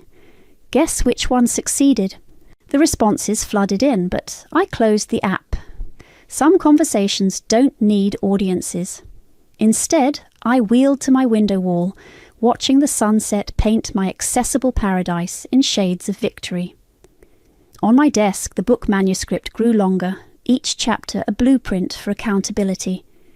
"You're not going to visit them?" Lara asked, dropping off her final paperwork. "No." I signed her last cheque, adding a generous bonus. Some distances need to stay measured. Some lessons need to settle. And Livia has her own rebuilding to do. After Lara left, I sat in my sunroom, surrounded by the luxury of independence, the space my parents never got to enjoy, the home they said I'd never have. Aaron brought coffee, settling into his usual chair. "So, what now?" "Now," I gestured to my laptop, to the contracts, to the book outline. "We keep building, not just ramps and rails, but understanding. Not just accessible spaces, but accountability. And forgiveness." I thought about my parents in their shared room, learning late lessons about worth and weakness, about Livia in therapy, finally facing her own foundation cracks. "Forgiveness is optional," I said finally. "Closure is constructed. And karma isn't blind. It has blueprints." The sun set fully, leaving me in the soft glow of my designed world. Tomorrow would bring more clients, more buildings, more chances to make space for everyone. But tonight, in my perfectly constructed revenge-turned-redemption, I understood what Rosalie meant. The strongest structures aren't built on forgiveness or fury. They're built on truth, on consequence, on foundations firm enough to hold both justice and growth. I closed my laptop, wheeled to my kitchen, and began preparing dinner in my accessible paradise. Some victories don't need celebration. Some lessons don't need sequels. And some architects build their masterpieces from the blueprints of their scars. I remember the exact moment my life split in two. I was standing in our living room, staring at my full-ride scholarship letter while my mother's words hung in the air like poison. "Esther, you need to understand your role in this family." I was 18 then, fresh-faced and naive. I'd worked myself to exhaustion for that scholarship, perfect grades, volunteer work, leadership roles, everything they'd asked of me, everything they said would make them proud. "But, Mum, I earned this," I said, my voice barely a whisper. 4 years at Stanford, everything covered. My father cleared his throat from his leather armchair, not even looking up from his newspaper. "Your sister's acceptance to Harvard is non-negotiable. The family name carries weight there. We can't afford both." Prudence sat on the couch, examining her manicure. At 15, she'd already mastered the art of pretending not to care while drinking in every moment of her triumph. "It's not like you really wanted Stanford anyway, right, Essie?" "I've wanted it since I was 12, I said, gripping the letter tighter. Mum touched my shoulder, her diamond tennis bracelet catching the light. "Darling, be reasonable. Prudence's test scores are exceptional. She's the promising one. Harvard will open doors that Stanford... well..." She paused, choosing her words carefully. "You've always been adequate, Esther, reliable. But Prudence, she's destined for greatness." The word adequate hit like a slap. I'd heard it before, of course, countless times. Adequate grades, they were perfect. Adequate achievements, I was class president. Adequate dreams, I wanted to revolutionize financial technology. "What exactly are you asking me to do?" I kept my voice steady, though my hands shook. "Call Stanford, decline the scholarship. We'll help you apply to community college." Dad finally looked up. "It's the responsible thing to do." "The family thing," Mum added. Prudence stretched and stood up. "I have dance practice. Can we wrap this up? Esther knows what she needs to do." I looked at each of them. Dad with his dismissive glance, Mum with her manipulative smile, Prudence with her entitled smirk. 15 years of being the adequate daughter crystallised in that moment. Fine, I said quietly. I'll make the call. Mum clapped her hands together. Perfect. I knew you'd understand. Family first, always. She hurried off to the kitchen, probably to call her friends about Prudence's Harvard acceptance. That evening, I sat in my car outside the community college where I'd just registered for night classes.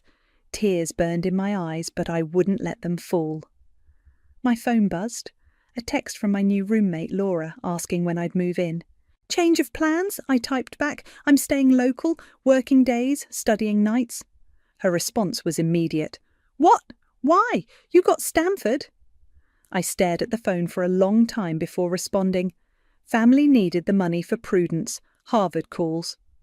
3 dots appeared and disappeared several times before her final message came through. That's fucked up, Esther. Like, seriously fucked up. I laughed. A hollow sound in my empty car. Yeah, I wrote back. It is.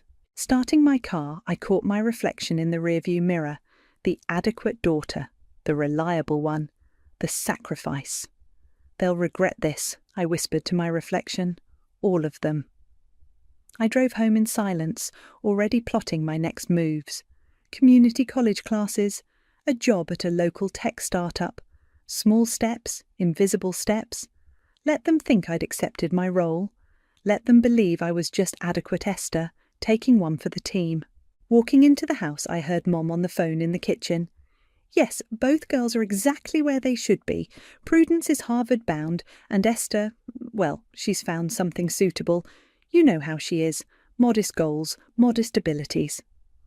I climbed the stairs to my room, each step cementing my resolve. They wanted modest.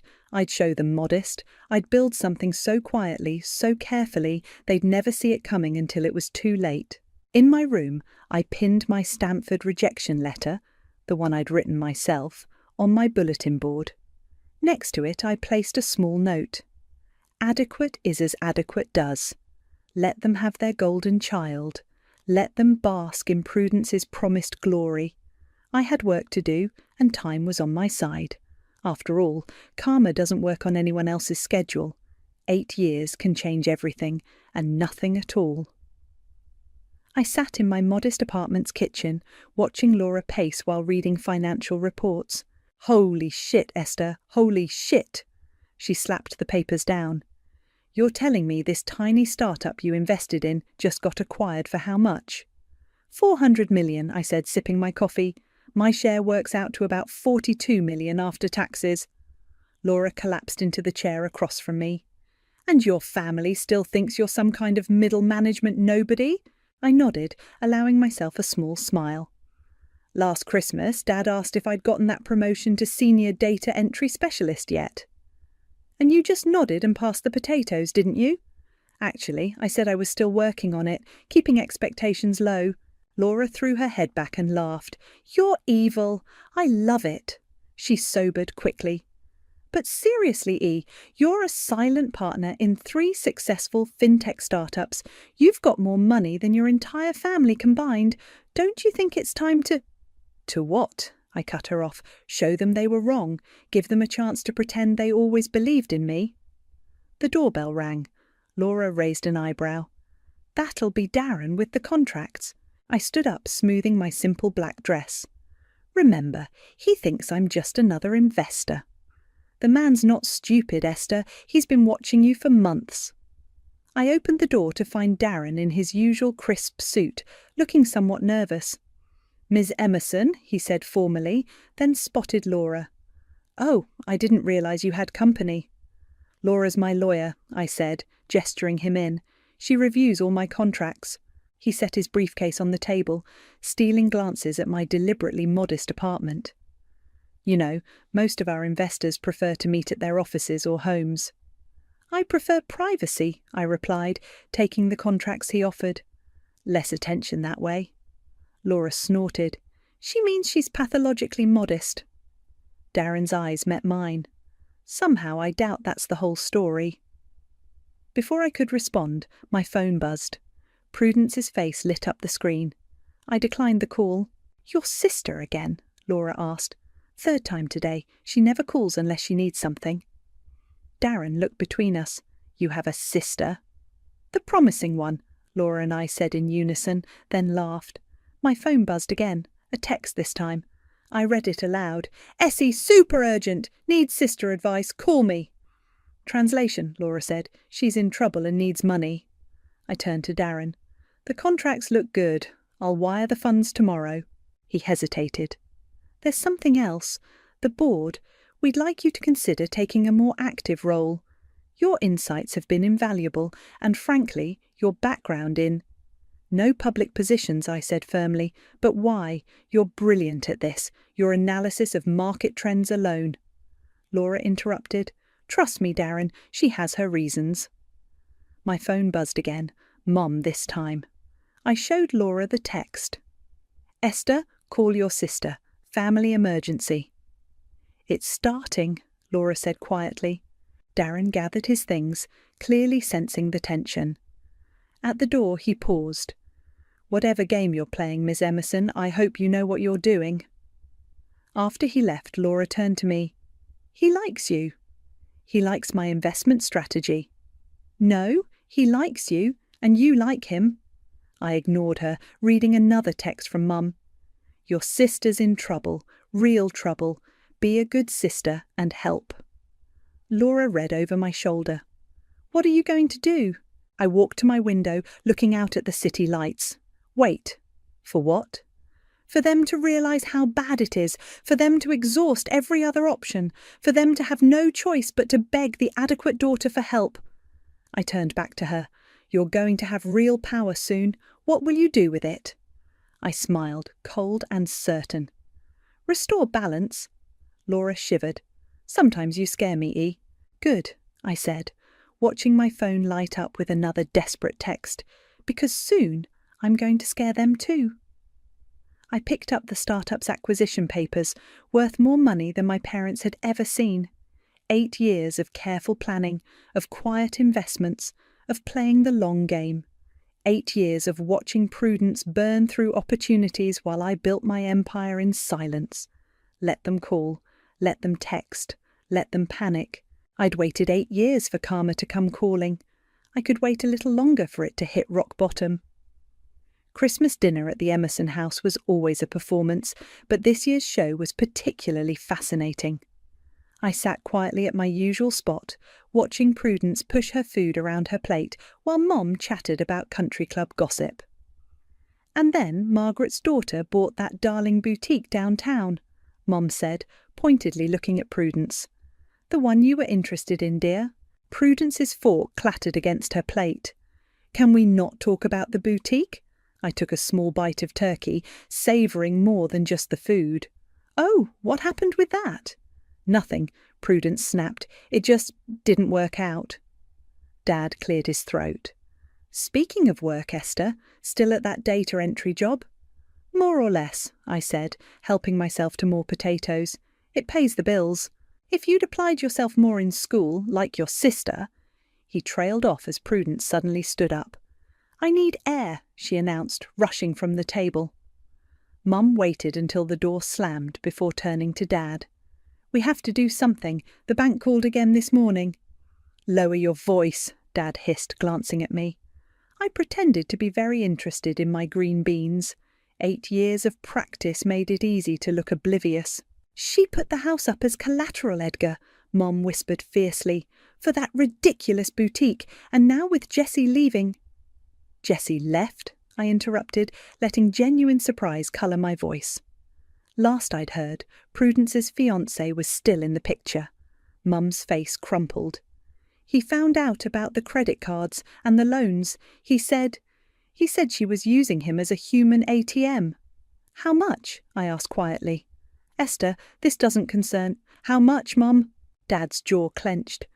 250,000, plus the mortgage she took out on her house. I whistled low. That's a lot. She was trying to maintain appearances, Mum defended. After Harvard, certain things are expected, a lifestyle, connections. And what exactly did Harvard get her? The words slipped out before I could stop them. Dad's face darkened. Now listen here. The back door opened and Prudence returned, mascara smeared. "Jessie's engaged," she announced to the silent room. "To his secretary, that basic little nobody who probably shops at Target." I bit back a smile. "There's nothing wrong with Target." "Of course you'd say that," Prudence snapped. "You've never aimed higher than mediocre." "Prudence," Mom warned, but I raised my hand. "No, let her finish. I'm curious what the Harvard graduate thinks about my life choices." Prudence's face crumpled. I can't do this right now. The bank is threatening foreclosure. Jessie's lawyer keeps calling about the money I borrowed, and the boutique's bankruptcy lawyer." "If we don't figure something out soon, she'll go bankrupt," Mum whispered, horror in her voice. I stood up, gathering my plate. "Well, this has been illuminating, but I should head home, early day tomorrow." "That's it?"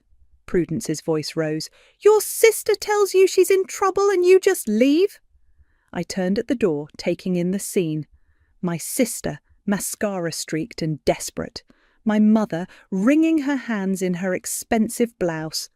My father, pride warring with panic on his face.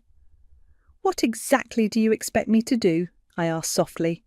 "I'm just adequate Esther, remember? The one with the modest goals and modest abilities?" The silence was deafening. "Merry Christmas," I said, and walked out. In my car, I pulled out my phone and texted Laura. "It's happening. She's going under." Laura replied instantly. "How bad?" "250,000 plus mortgage debt. Jessie left her." "Holy shit. What's your play?" I started my car, watching through the window as my family huddled together in the dining room, probably brainstorming solutions that didn't involve the disappointing daughter. "Wait for it," I typed. "They'll call soon, when they've exhausted every other option, when they're desperate enough to beg." And then I smiled in the darkness. And then I show them exactly what adequate looks like. Driving home, I thought about the documents in my safe. The ones Laura had drawn up months ago when we first caught wind of Prudence's financial troubles. The ones that would make them face every choice, every dismissal, every moment they'd chosen her over me. My phone lit up with a text from Darren. "Board meeting tomorrow. Sure you won't reconsider taking a public role?" "Not yet," I replied, "but soon, very soon." The pieces were falling into place. All I had to do was wait for my family to realise their golden child had turned to lid. And then I'd show them what real power looks like. The first voicemail came on a Tuesday morning. I was in a board meeting when my phone lit up with Mum's number. "Esther, sweetheart," her voice cracked through the speaker. "I know we don't talk much, but please call me back. We need to talk. It's important. Family, important." I played it for Laura over lunch. "She's crying," Laura noted, stirring her coffee. "Your Ice Queen mother is actually crying." "She cries when she needs something," I said. "It's her specialty." My phone buzzed again. Another voicemail. "Esther, please, we're running out of options. Your sister, she's not well. She needs her big sister. Just call me back." Laura raised an eyebrow. "How many does this make?" "4 today. She's getting desperate." "And you're just going to keep ignoring them?" I smiled. "I'm waiting for—" My phone rang. Dad's number. "Him," I said, letting it go to voicemail. Laura leaned forward. "Play it." Dad's voice was gruff, uncomfortable. "Esther, your mother's upset. Call us back. We need to discuss some family matters. Nothing serious, just call us." "Nothing serious?" Laura scoffed. "They're about to lose everything." My phone buzzed with a text from Darren. "Missing you in the board meeting. The new acquisition needs your touch." "Tell him you're dealing with family drama," Laura suggested. I typed back, "Family emergency brewing. Might need a few days soon." His response was immediate. "Everything okay?" "Will be," I replied, then showed Laura my phone. "He's been asking more questions lately." "Because he's interested in more than your financial expertise," she smirked. "When are you going to—" My phone rang again. Dad. "Answer it this time," Laura urged. "Make them work for it." I picked up on the 4th ring. "Hello?" "Finally," Dad grunted. "We've been trying to reach you." "I've been busy. Work." "Yes, well—" He cleared his throat. "Your mother and I need to speak with you. In person." "About?" Family matters. Dad, I have meetings all week. If this is about Prudence's boutique, it's not just the boutique, he cut in. Look, we need a little help to keep the family reputation intact. I caught Laura's eye. She mouthed, "Here it comes." What kind of help? I asked innocently. Financial? The word seemed to physically pain him. Just temporary. A loan. I work in data entry, Dad. I'm not exactly swimming in extra cash. You've always been good with money, responsible, prudent. He choked on the word. Unlike the promising one. Silence.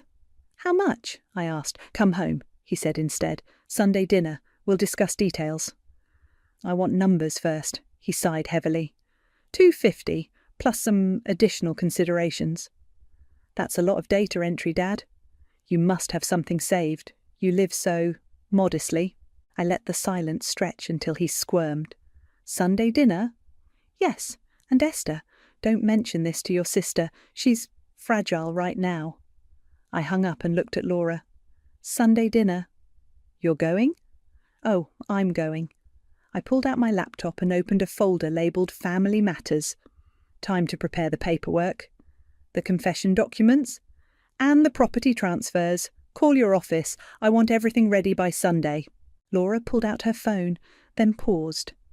Esther, are you sure about this? Once you do this, there's no going back.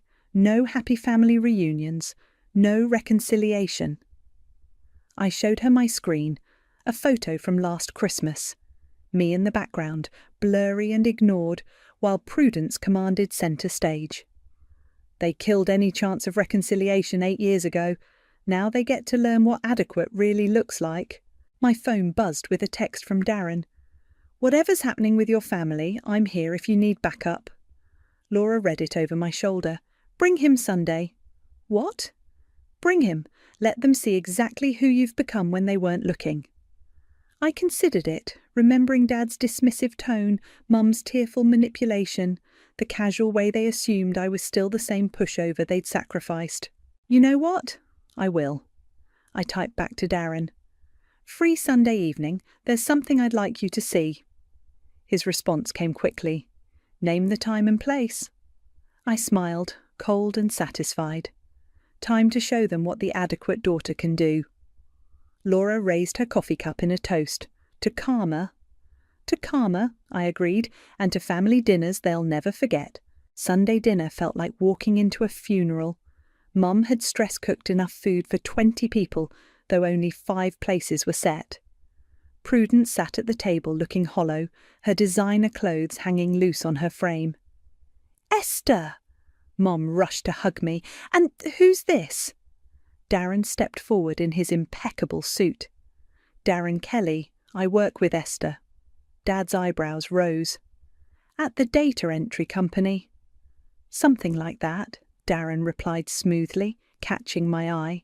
We sat down, and Mum immediately launched into hostess mode, heaping food onto plates while chattering about nothing.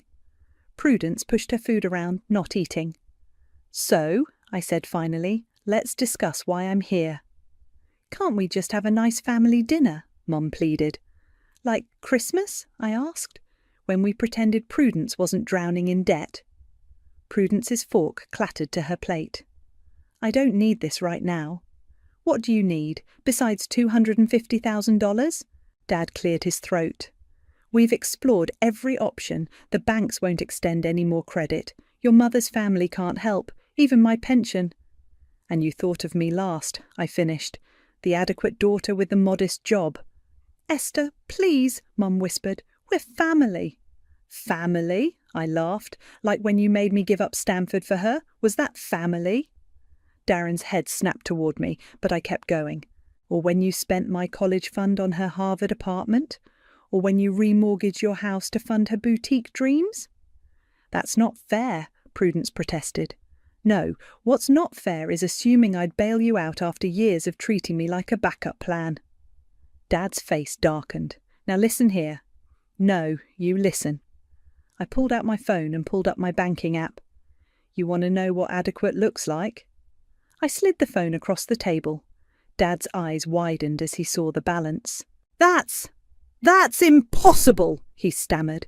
"That's what happens when you work smart instead of relying on family names and Harvard connections."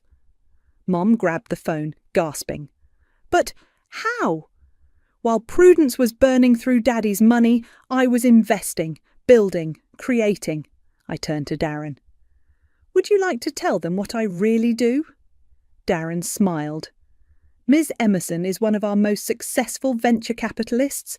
She's built 3 tech companies from the ground up.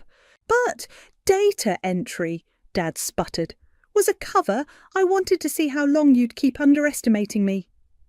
I reached for my phone. "And now you need my help." Prudence burst into tears. "I'm sorry, okay? Is that what you want to hear? I'm sorry you didn't get Stanford. I'm sorry I messed everything up." "Sorry doesn't pay your debts," I said quietly. "What do you want?" Dad asked, his pride crumbling. "Everything has a price," I replied, pulling out Laura's documents. "These papers detail every advantage you gave Prudence at my expense, every sacrifice you demanded, every time you chose her over me. Sign them." "What are they for?" Mum asked, hands shaking. "Public record. I want everyone to know exactly what kind of parents you are, what kind of sister she is." "You can't be serious," Dad exploded. $250,000 serious. I stood up. "Sign the papers, get the money, refuse, and I walk out that door." Prudence grabbed the papers, scanning them. "This would ruin us, our reputation." "Like you ruined my chances, my dreams, my trust in family?" Silence fell over the table. Darren watched with quiet intensity as my family stared at the documents. "You don't have that kind of money," Dad said finally, one last attempt at control. I smiled. "I could buy this house right now in cash. In fact," I pulled out another document. "I might just do that too." Mum started crying. Prudence looked like she might faint. Dad's face turned red with rage and shame. "Take it or leave it," I said, standing up. "You have until tomorrow to decide. Come on, Darren."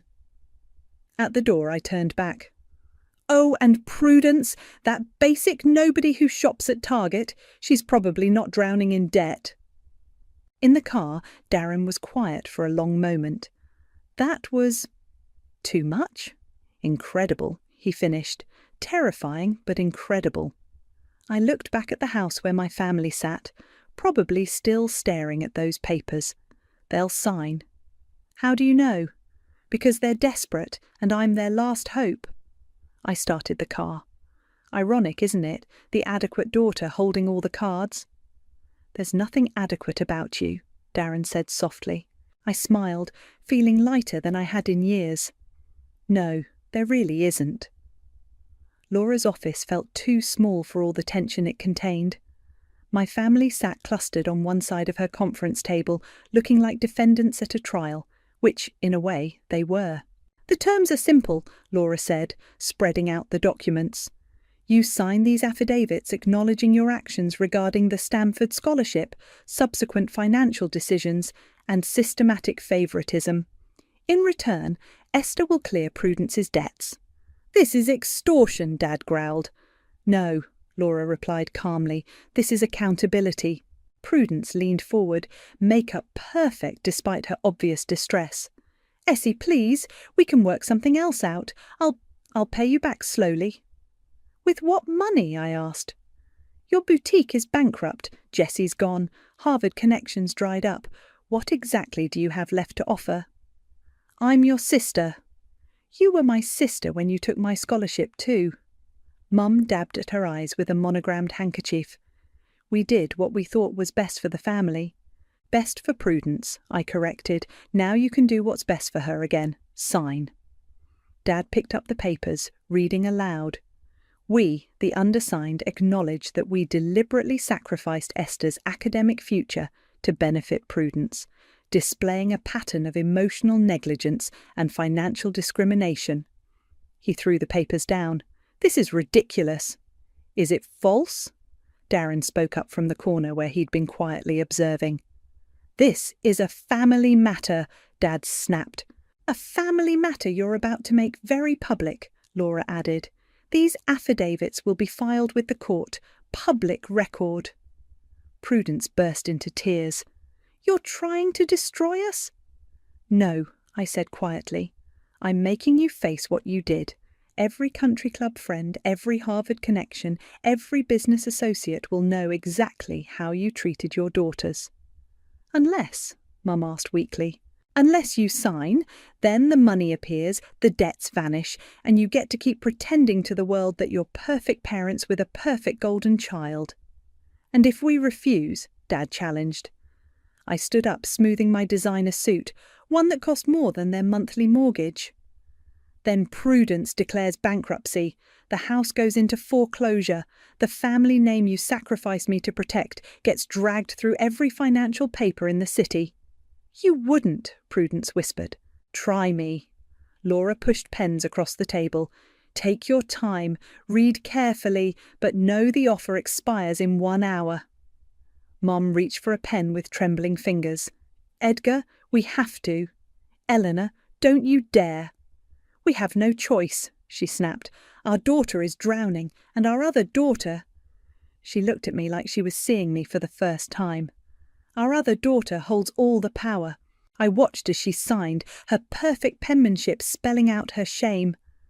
Prudence followed, mascara running as she scribbled her name. Dad stared at the pen like it was a snake. Tick-tock, Laura said softly. You think this makes you powerful? He spat at me. Using money to humiliate your family? No, Dad. What makes me powerful is that I succeeded despite you, not because of you. I leaned forward. Karma's not a myth, Dad. It's me, and I'm collecting. His hand shook as he signed. Excellent, Laura said, gathering the papers. I'll file these today. Esther? I pulled out my phone, made a few taps. Money's transferred. Check your accounts. Prudence grabbed her phone, gasping as she saw the balance. It's all gone, the debt. And now, so am I. I stood up. Darren? He joined me at the door, placing a supportive hand on my back. Wait, Mom called. That's it? You're just leaving? What else is there? We're still family, Prudence pleaded. No, I said softly. We're just people who share DNA and a very public record of exactly how toxic that connection is. You've ruined us, Dad said hoarsely. You ruined yourselves. I just made you pay for it. I turned to leave, then paused. Oh, and one more thing. I'm buying your house. What? They all exclaimed. The paperwork's already in motion. You can stay, as tenants. Consider it adequate daughter's revenge. In the elevator, Darren finally spoke. That was too harsh. Justified, he said firmly. But are you okay? I looked at my reflection in the elevator doors. Designer suit, perfect posture, not a hint of the scared 18-year-old they'd once crushed. I'm better than okay, I said. I'm free. My phone buzzed. Laura, papers filed, it's done. I showed Darren the message. Want to grab dinner? I know a great place. Your family might be there. Good, I smiled. Let them see exactly who the adequate daughter became. The elevator doors opened to the lobby, and I walked out into the sunlight, leaving the weight of family expectations behind in that conference room. The closing papers for my parents' house arrived on a Thursday. I sat in Laura's office, watching Mum's hands shake as she signed away their family home. You can stay, I reminded her. The rental agreement is fair. Fair? Dad scoffed from his chair. You're making us pay rent to live in our own home? Not your home anymore, Laura corrected, collecting the signatures. And the rent is well below market value. Prudence burst through the door, waving her phone. Have you seen this? Have you fucking seen this? She thrust the phone at me. On the screen was a local business magazine's website. Rising Star, The Secret Success of Esther Emerson. The article went live an hour ago, Darren said, walking in behind her. Board thought it was time to announce your promotion to CEO. Mom grabbed the phone, reading aloud. From rejected Stanford scholar to tech industry powerhouse, Esther Emerson's rise proves success is the best revenge. She looked up, face pale. They quoted our affidavits. Public record, I reminded her. They're calling you a genius, Prudence whispered, a visionary. Funny how perspective changes when you're not being compared to the promising one. Dad stood up suddenly. This was your plan all along. Humiliate us, take our home, and then show the world. Show the world exactly what you did, I finished. Yes, that was precisely the plan. I'll fight this, he threatened. I'll tell everyone you coerced us that I what? I stood, matching his stance. Forced you to sign a truthful account of how you treated your daughters? Go ahead. I'm sure the press would love to hear more details. Edgar, sit down, Mom hissed. You're making it worse. Prudence was still staring at her phone. There's a video interview too, with your old teachers, my ex-fiancé. She looked up. Jessie said you tried to warn him about my spending. I did. He didn't listen. Why would you try to help him? Because he was the only one who saw through your act. He deserved better than being your ATM. Darren cleared his throat. The board's waiting for your statement, Esther. They want to announce the new direction of the company. New direction? Dad asked despite himself. We're launching a scholarship program, I said, for promising students whose families can't afford elite universities or won't support them. Mum started crying again. Esther, please, we can fix this. We're still family. No, what we are is a cautionary tale about favouritism, about karma, about the dangers of underestimating the adequate daughter. I never meant, Prudence began. To what? Take everything? Destroy my dreams? Watch me struggle while you coasted on my sacrifice? I picked up the house keys from the table. You meant every bit of it, and now you get to live with the consequences. Where am I supposed to go? Prudence asked quietly. There's a nice one-bedroom apartment across town, within your new budget. Very adequate. Dad made one last attempt. You think this makes you better than us, using money and power to punish your family? No, Dad. What makes me better is that I earned everything you tried to deny me. And now, I gestured to the magazine article still displayed on Prudence's phone. Now everyone knows it. Laura finished notarizing the documents. The house is officially transferred. Here's your copy of the rental agreement. I'll have my property manager contact you about inspection dates, I said, gathering my things. Darren, ready for that board meeting? He offered his arm with a smile. The car's waiting. At the door, I turned back one last time. My family sat in defeated silence. Mom crying, Dad seething, Prudence still staring at her phone in disbelief. You once wanted all that was mine, I said softly. Now you'll live in it, on my terms. In the elevator, Darren pulled me close. You okay? Better than okay. I showed him my phone. Laura had just texted that the Scholarship Foundation paperwork was ready. Ready to help some adequate students reach their full potential? He kissed me softly.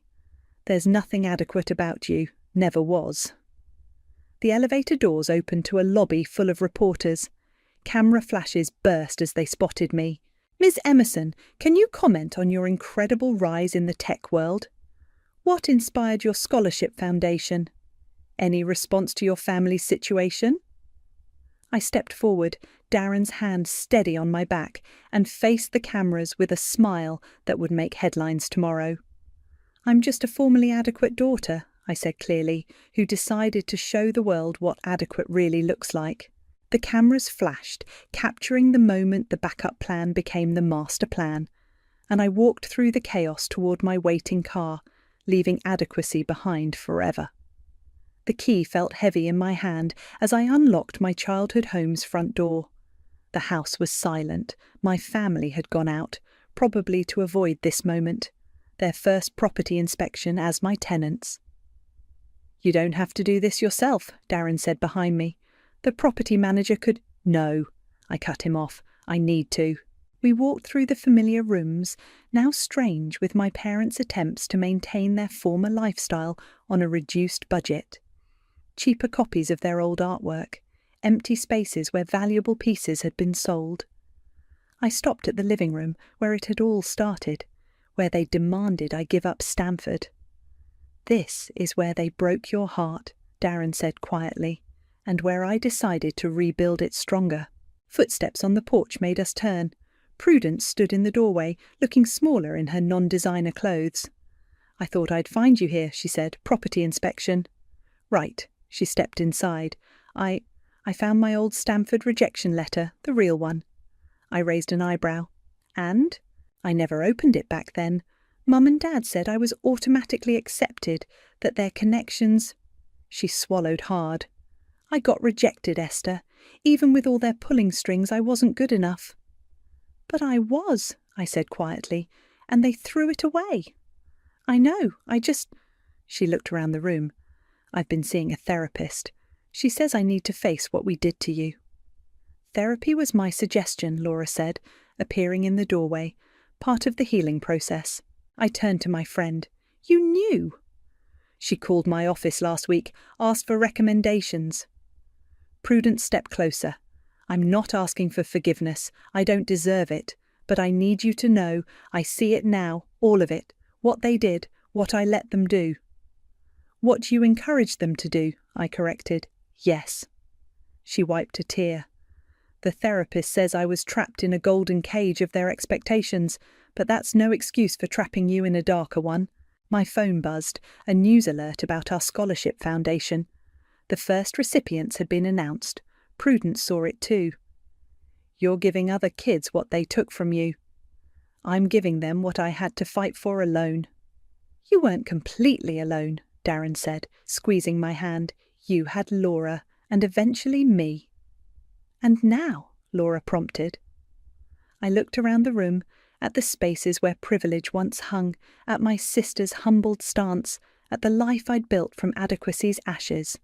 Now I have everything they thought I couldn't achieve. I turned to Prudence, including peace. "I'm moving out," she said suddenly. "Found a job in customer service. It's adequate." She smiled weakly at the word. "But it's mine. No connections, no favours." "Good," I said simply. "Mum and Dad won't speak to me. Say I've sided with the enemy." "You're choosing truth over comfort," Laura observed. "It's harder." My phone buzzed again. A text from the scholarship committee. A student's thank you video. I played it, letting the young voice fill the room. "Because of Ms. Emerson's foundation, I don't have to choose between my dreams and my family's expectations." Prudence watched, tears flowing freely now. "That could have been you." "It is me. Every student we help is me." She nodded, understanding finally reaching her eyes. "I should go. My shift starts soon." She paused at the door. "The house looks different now." "Everything looks different now," I replied. After she left, Darren pulled me close. "Ready for dinner? The board wants to celebrate the scholarship announcements." "In a minute." I walked to the mantel, where a family photo still hung, me in the background, Prudence centre stage. I took it down. "What are you going to do with it?" Laura asked.